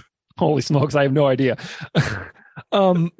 So anyway, so that's kind of the interesting dilemma about being one of these artists who gets honored in this Governor General Award and, accepting and acknowledging your association with this prevailing order within society. It's just a really fascinating dilemma that, artists have to make sense of. And like I said earlier, that Dave Grohl memoir I was reading, he writes in there one of the times when he performed at the White House and, saw George Bush, and he's like, in the book, he's like, I don't believe in George Bush political policies. But then, you could say, I'm not coming to this ceremony, but they go anyway. So then what happens is you wind up getting into a photo op with, the president, who is doing essentially directing war crimes in real time. And you're there, shaking hands in the White House while all this is going on around the world. And it's this dilemma that artists get into by being successful. When you get notoriety and acclaim, you get in these situations where you have to you wind up in a photo op with the president of the United States. And then you write about it later in your memoir about how we disagree politically, but for the sake of art and culture and society, we move beyond these little differences in order to, have a good time. That's one of the really interesting things about this song. About that's speaking to me is like the dilemma of artists when they're put in this type of situation where they have to just kind of accept or not accept, and that choice of which way to go in those moments. I wonder how much of it is even their own choice. Because labels have a lot of power. Mm-hmm. And they, much like the Taylor Swift Instagram post or whatever, if Grohl is like, no, I'm not going to the White House, his label's like, man, you just disrespected 50% of your target audience, right? And you disrespect our investment in you as a band, because if you don't go to this White House thing to make the label happy, then what's going to happen to them on the next album cycle as far as like promotion goes, as far as recording budget goes. Like, you have no idea what kind of ramifications you get as an artist by pissing off the wrong people who are above you in your power structure. It's like, Grohl, you got to go. The singer from Marcy Playground already told us he can't be there, so you got to go, pal. Yeah. What was that? Is Marcy's Playground the Sex and Candy? I smell sex. Okay, yeah. I was just making sure I was thinking of the right band. I was almost thinking about that. It was good living with you, but I think that's better than Ezra. Yeah. I'm having this massive, ever since that Eve 6 guy got popular on Twitter, I've had this flashback of like Hey Jealousy by the Gin Blossoms and Better Than Ezra and the Toadies and all these bands that just like I'm like I have these like waves of flashbacks of like watching VH1 in like 1994, and it just hits me every so often. I mean, the one to throw, and a little slight tangent here. All these bands getting their like comeuppance from the 90s. Yeah. Can we please talk about how nobody is giving Silverchair the credit for being the world's best high school band? Dude, Silverchair was crazy. I remember watching them play Pure Massacre from Frog Stomp on like, I think it was 120 Minutes or maybe even New Year's Eve from Times Square, where they were playing on the marquee over Times Square. And like me being like pressed against the screen basically in my living room, like, oh my God, this song is such a jam. And so, but yeah, Silverchair, the Daniel Johns from Silverchair documentary that came out relatively recently is super fascinating. So any defected Silverchair fans out there, go back and check that out because good I'm gonna stuff. have to watch that. I love Silverchair, so I'm gonna have to check that out. Favorite Silverchair record? Do you have a favorite? I like Freak Show. Yeah. I was gonna say Freak Show is my favorite too. That is an absolute. I saw them on the Freak Show tour. No way. And I have the poster. It's not in this. It's not in the room I'm in now. But I have this. So I still have the screen poster from that. Like it was like a contest win where they gave me a poster and a whole bunch of stuff. I went to it. It was Silverchair, Local H, and Handsome. Dude, amazing. Handsome's good, and Local H is also really cool. One of the first. I love Local H. I've seen one them of the probably first like duos. 15 times. Love them. Yeah, like a pre Jack White, pre White Stripes, awesome rock duo. Great stuff. Wow. Okay, this was a nice little time. Let's go on to the next lyric here. For Fedallah's Hearse, the song that we're talking about. Well, maybe we should do a spin-off podcast about awesome 90s stuff that we loved when we were 11. I forgot we were even talking about this song. Amazing. Okay, so we got this next lyric. Don't forget to thank those bitter ex-musician cum embedded rock journalists frantically applauding the latest artist formerly known as Iconoclast, giddy from the fumes of a fresh defection, moping to the maudlin beat of a hat rack rhythm section, a tacit understanding of mutual non-aggression enjoyed by every nauseating do-nothing functionary. That is one sentence. Ooh. Chris doesn't write like this anymore. He doesn't write sentences that take up literally 5 typed lines on a standard 12-point font Word document. Okay. Very long sentence.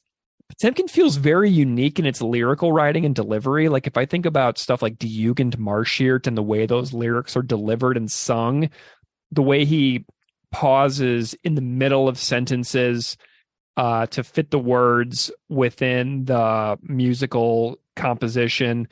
This is a very unique thing about this record to me as well, about how long the thoughts are and how many thoughts are broken up almost nonsensically in the middle of sentences to fit within the music. But the ex-musician rock journalist idea is so interesting. So if your band doesn't make it, you might as well talk about music instead, right? Like in a way, that's me. He's talking about me because I was in punk bands in high school that I wasn't good enough to continue playing in bands at a high level. But look at me now. I'm sitting here on this podcast talking about this. So I'm almost like the exact thing that he's talking about in this section of the song. We both are. Yeah. Yeah. So we're the hat rack rhythm section. It's very fun. So Chris, thanks for writing a song about us. It's so kind and thoughtful of you to write a song about us a decade and a half before you even knew we existed. So I was talking to my friend Jamie, the artist in Winnipeg who does a lot of the artwork for the podcast, and he was talking about like the praising of the overindulgent, high on their own supply types, and he was thinking about like the Green Day American Idiot era and it becoming cool to be anti-war in like a very vague sense during a terrible war. So, to me, the do nothing functionary is like whenever bands would be like, saying like sloganeering terms from the stage and, playing 150 feet away from a military recruiter at the Warped Tour or something like that. It's like the do nothing functionary of the music world, if that makes sense. So that's kind of what this line is saying to me. Yeah, no, that makes perfect sense. The military recruitment thing at Warped Tour, I never got. Ugh, that's Yeah. how, I mean, how many chin ups can you do? They get you in by the how many chin ups can you do, and then oh, by the way, you're in the army now. yeah, yeah. And, you got to wonder, like, wonder how much money they gave to Kevin Lyman in order to be there. I have no idea what those contracts were like, but had to be something, had to be some money going in pockets somewhere.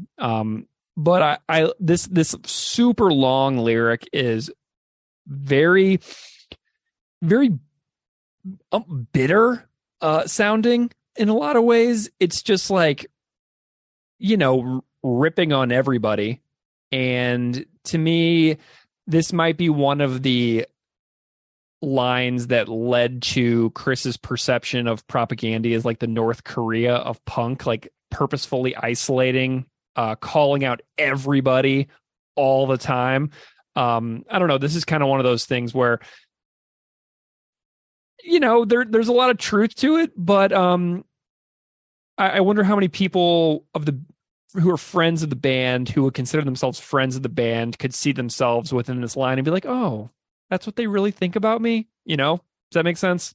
At the end of the day, though, it's they're free to think that, but like at the same time, like they're not inherently like wrong. Yeah. I mean, like I said, like this lyric could very much be about you and me. People who started off playing music, didn't cut it, didn't, cut the muster. And now here we are on a podcast with dozens of listeners from around the world. Literal dozen. Literally dozen dozens. Listeners. Yeah. Yes, a dozen or so. There are dozens of us. So then we get this next line. Really, it's not so much the incessant ruse of assigning profound meaning to the meaningless curios you decorate your sets with in your extraordinary mundane fictions. Super confusing lyric to me. Very, I don't really know. Is that what we're doing here? We're assigning profound meaning within my extremely mundane world. Am I making these songs into something far more important than they really are because I'm doing this as a hobby? There's only one person. There's only one person that can tell us if we are. Yeah, and I don't want to know what he thinks. Yeah, it's scary. I hope he doesn't hear this one. I know he said on his I know that Chris said on the Tartuffe episode a while back. He's like, they do songs. Oh, I was thinking about this when we were talking on How to Clean Everything about when we do songs episodes for 3.5 hours that the band like doesn't stand by to this day. Do you know what I mean? And they're like, oh God, 3.5 hours on that song. And so, but he's like, sometimes they do an episode that I'm actually curious to hear what they say. And Tartuffe was one of those. And he found that it was riddled with errors, which was hilarious and embarrassing all at the same time, but was honestly just a joyful experience for me to be fact checked in real time by Chris. But this is one of those ones where I'm like, oh God, is he going to hear this? Because this is a song that not a lot of people talk about. And is he going to be like too curious? So Chris, hi, if you're hearing this, please make an episode about Fedallah's Hearse. Please. I'm actually ecstatic. I would be ecstatic if you made one. So anyway. And if you're listening to this, please just let's be cool about all the bad things I said about your hockey takes on Twitter. Okay. So we've got this, this next line. It's the colossal arrogance of the subtext. The province of human affairs is a field best left to dilettantes with an extraordinary gift for the feigning of paralysis. So I'm picturing like a dog playing dead right here, right? Like the feigning of paralysis, like don't look at me. Like I'm just over here and like pay no attention to me. I'm dead. Blah. But it's really funny if you listen to the way this line is sung versus how I just sounded when I read it. The way that a sentence like this is contorted into a melodic performance in a song, this is so funny because there's no way that you can read it exactly like it's sung, because like the way that it's sung is so fascinating compared to how you just read it. But so thinking about this line, the people at Black Tie Affairs are the people best left to be the judgment givers of art, and they can conveniently invite people against war to perform at the White House, and the performer will oftentimes roll over, accept that invitation, and then when whoever is president at the moment sticks their hand out, the artist shakes that hand, right? Like I was kind of talking about earlier. And then they give public statements along the lines of, me and so don't see eye to eye on everything, but in the moment, you put differences of politics aside for the sake of art.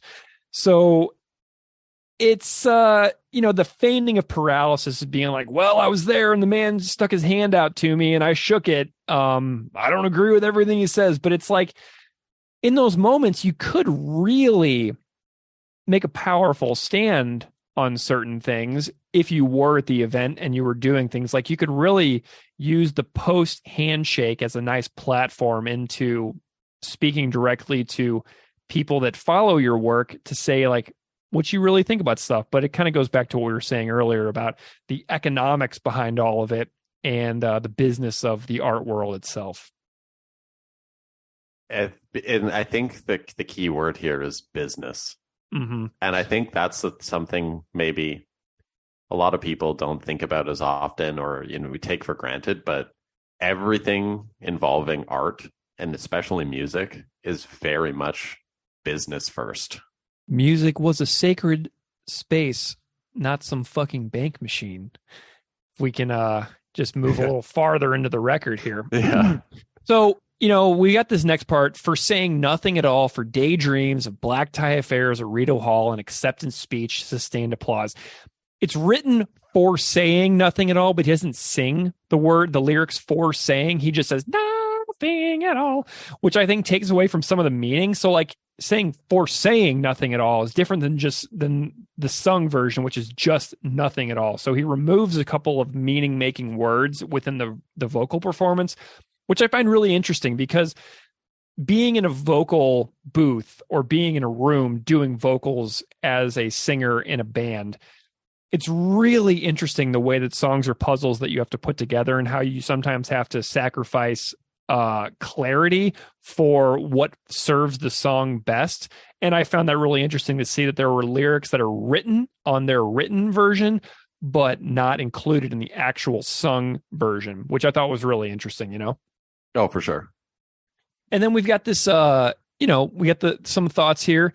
Do nothing, change nothing about the world, get rewarded for it at galas and upper echelon social parties, rub shoulders with, AC/DC and Paul McCartney and George Bush, say all the right things that you think people want to hear from you while doing not much to improve serious shortcomings in the world. And I think that that's one of the things that Chris is kind of pissed about the art world for doing in this song. If my reading is right, and my reading might be completely wrong, but my connection to Fedallah, back to the very beginning of this episode, Fedallah gives prophecies of death, right?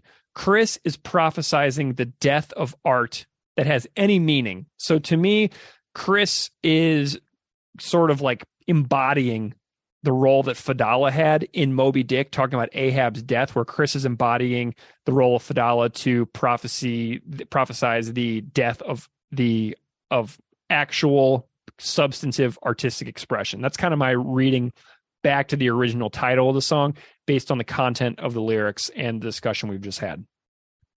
I had, when I was kind of doing my own research and reading into this, nothing that I had come over made as much sense as what you just said. And when I had kind of read over like the notes and everything earlier, and when I kind of was thinking, and I was like, that has to be it.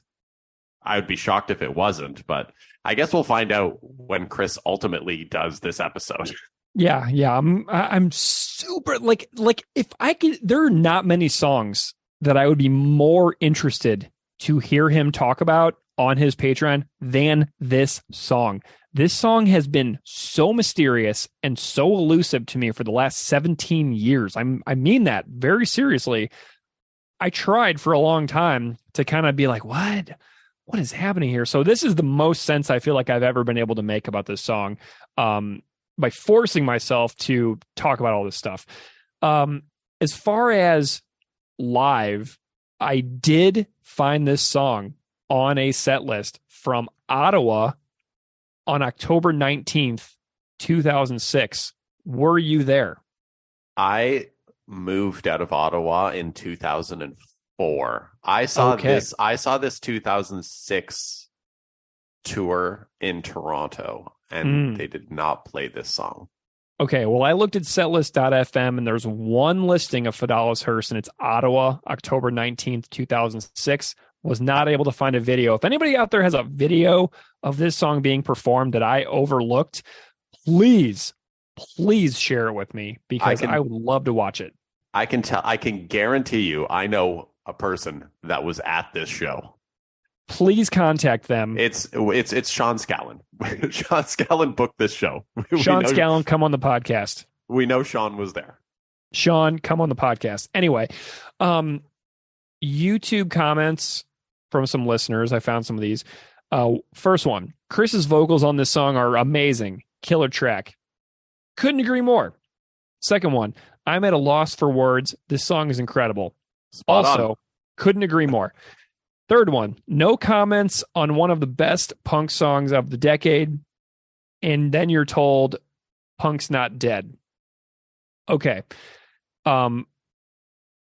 First of all, we have had many comments today on this podcast about one of the best punk songs of that entire decade. So I disagree with this comment, because you and I have commented plenty. Yeah.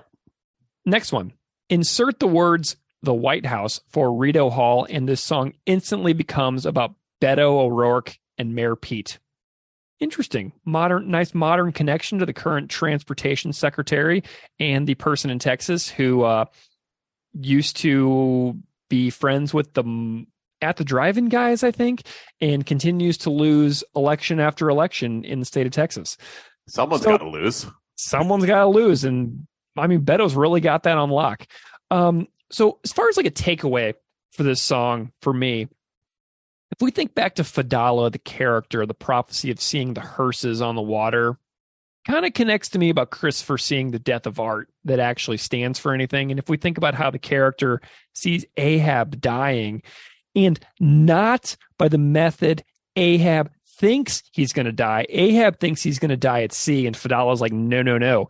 Your death will not be at sea. It leaves you wondering about someone like Chris, who is predicting the death of art via gatekeeping of art. And I just got to root for everyone out there who keeps making art for the sake of bringing something new in the world, just for the sake of it, regardless of any gatekeeping, regardless of anything involving money. Just keep going. That is my big takeaway to people out there who make something. Could be anything. You could be making jewelry boxes out of scrap wood, for all I care. Keep going. Do it. If you have an idea for a creative thing, just for the sake of doing it, please don't watch Netflix or Apple TV tonight. Please make that other thing instead, please. And have fun doing it. The whole point of this is to have fun. That's what we're doing. We're having fun. This is all about fun for me, you know? Absolutely. Yeah. Like I do, like, you know, some music stuff on my own. I'm doing it for fun. Like no one's in this to, I'm not doing anything to sit down at a table next to whoever these bozos are in suits or anything. Like, I don't even care if anyone listens to it. Mm-hmm. It's just fun. Do you have any other thoughts on the general takeaway of either the song or the conversation today, or any other reflections that you wanted to offer upon the topic at hand today? First of all, I'm super proud of us for getting through this episode. I am blown away. I cannot even believe it's over. I'm so happy. You have no idea how relieved I am. I feel like 3 years of wait. Anchors, if we're going to go with ships like Moby Dick, 3 years of anchor have been lifted from my shoulders having recorded this. And, you know, and ultimately, the only way we're going to find out how poorly we did is for Chris to tell us how poorly we did. So hopefully, like we said, hopefully he does his own episode and we can get his perspective on it, because really that's what I think everyone is craving at this point, is to just have his insight on the situation. Yeah. What would you rate this song out of 5? I'm going to give this song a 4.3. Interesting. Why the 0.7 reduction? Well, because it's not my favorite propaganda song. Mm-hmm. So ultimately, like, it's not like I've well documented my favorite propaganda song is Purina Hall of Fame. So if I'm thinking it in relation to Purina Hall of Fame, I'm like, do I like it as much as Purina Hall of Fame? No. Do I like it 0.7 less? Probably. Okay, that's a fair assessment. I am going with a 4.9 because my favorite propaganda song is Supporting Cast, track 2 off Supporting Cast.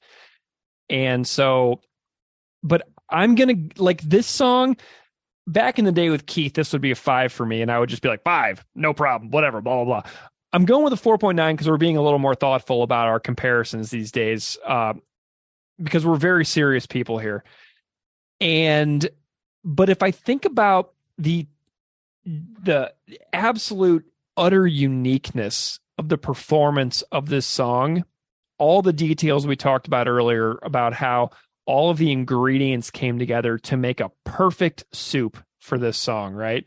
Oh, it's unbelievable. And like, 4 point, like my rating, like I'm a notoriously hard marker. Like I would be an awful teacher. Like, yeah, I'm a Santa Claus. You're a Grinch. That's fine. We recently went to Monster Jam. This is a little tangent here. I went to Monster Jam, and now like the fans, you get to vote for the stunts and the tricks on your phone, and then that goes into the who wins. And I was marking everyone like I was the only judge. And and my wonderful partner Zoe was like, "Why are you so harsh on everyone?" I'm like, "Well, he didn't use all the elements." He's like, I'm thinking about it like I'm judging at the Olympics here. Yeah. So like I'm a notoriously hard judge for stuff. So like my rating for this is extremely high. Yeah, it is. Yeah. I support you being the Grinch here because I am such a pushover. I would give this song a 6.7 out of 5. Probably, I think I gave Adventures in Zoocosis an 11 out of 5, or something like that. So anyway, so I appreciate you actually having rigor and expectations within your ranking. I applaud it and I am here for it. So Steve, what a blast. We've knocked out Fedallah's Hearse. A true pleasure to have this conversation with you today. Like I said at the very beginning, we welcome thoughts and comments from everybody out there. And we hope that you really enjoyed the episode. You can find us on Instagram at PropagandaPod. You can find us on Twitter at PropagandaPod. Twitter is not fun anymore. Just in the general mood of the place is so bizarre, but I am still there. I am relentlessly online. So find us at PropagandaPod on social media. Email us at propagandapod@gmail.com. Steve, been a pleasure, man. Thank you so much for that great conversation with Chevy, and thanks to Chevy again for that phenomenal cover. He's got it up on YouTube as well if you want it as a standalone track out there, people. So go find Chevy's YouTube page. We'll link it in the comments and in the show notes in your podcast app. So go find it. Go give Chevy a follow and see what he's up to. Thank you so much, Steve. Thank you. Enjoy the weekend, everybody. Or if it's not the weekend, whatever.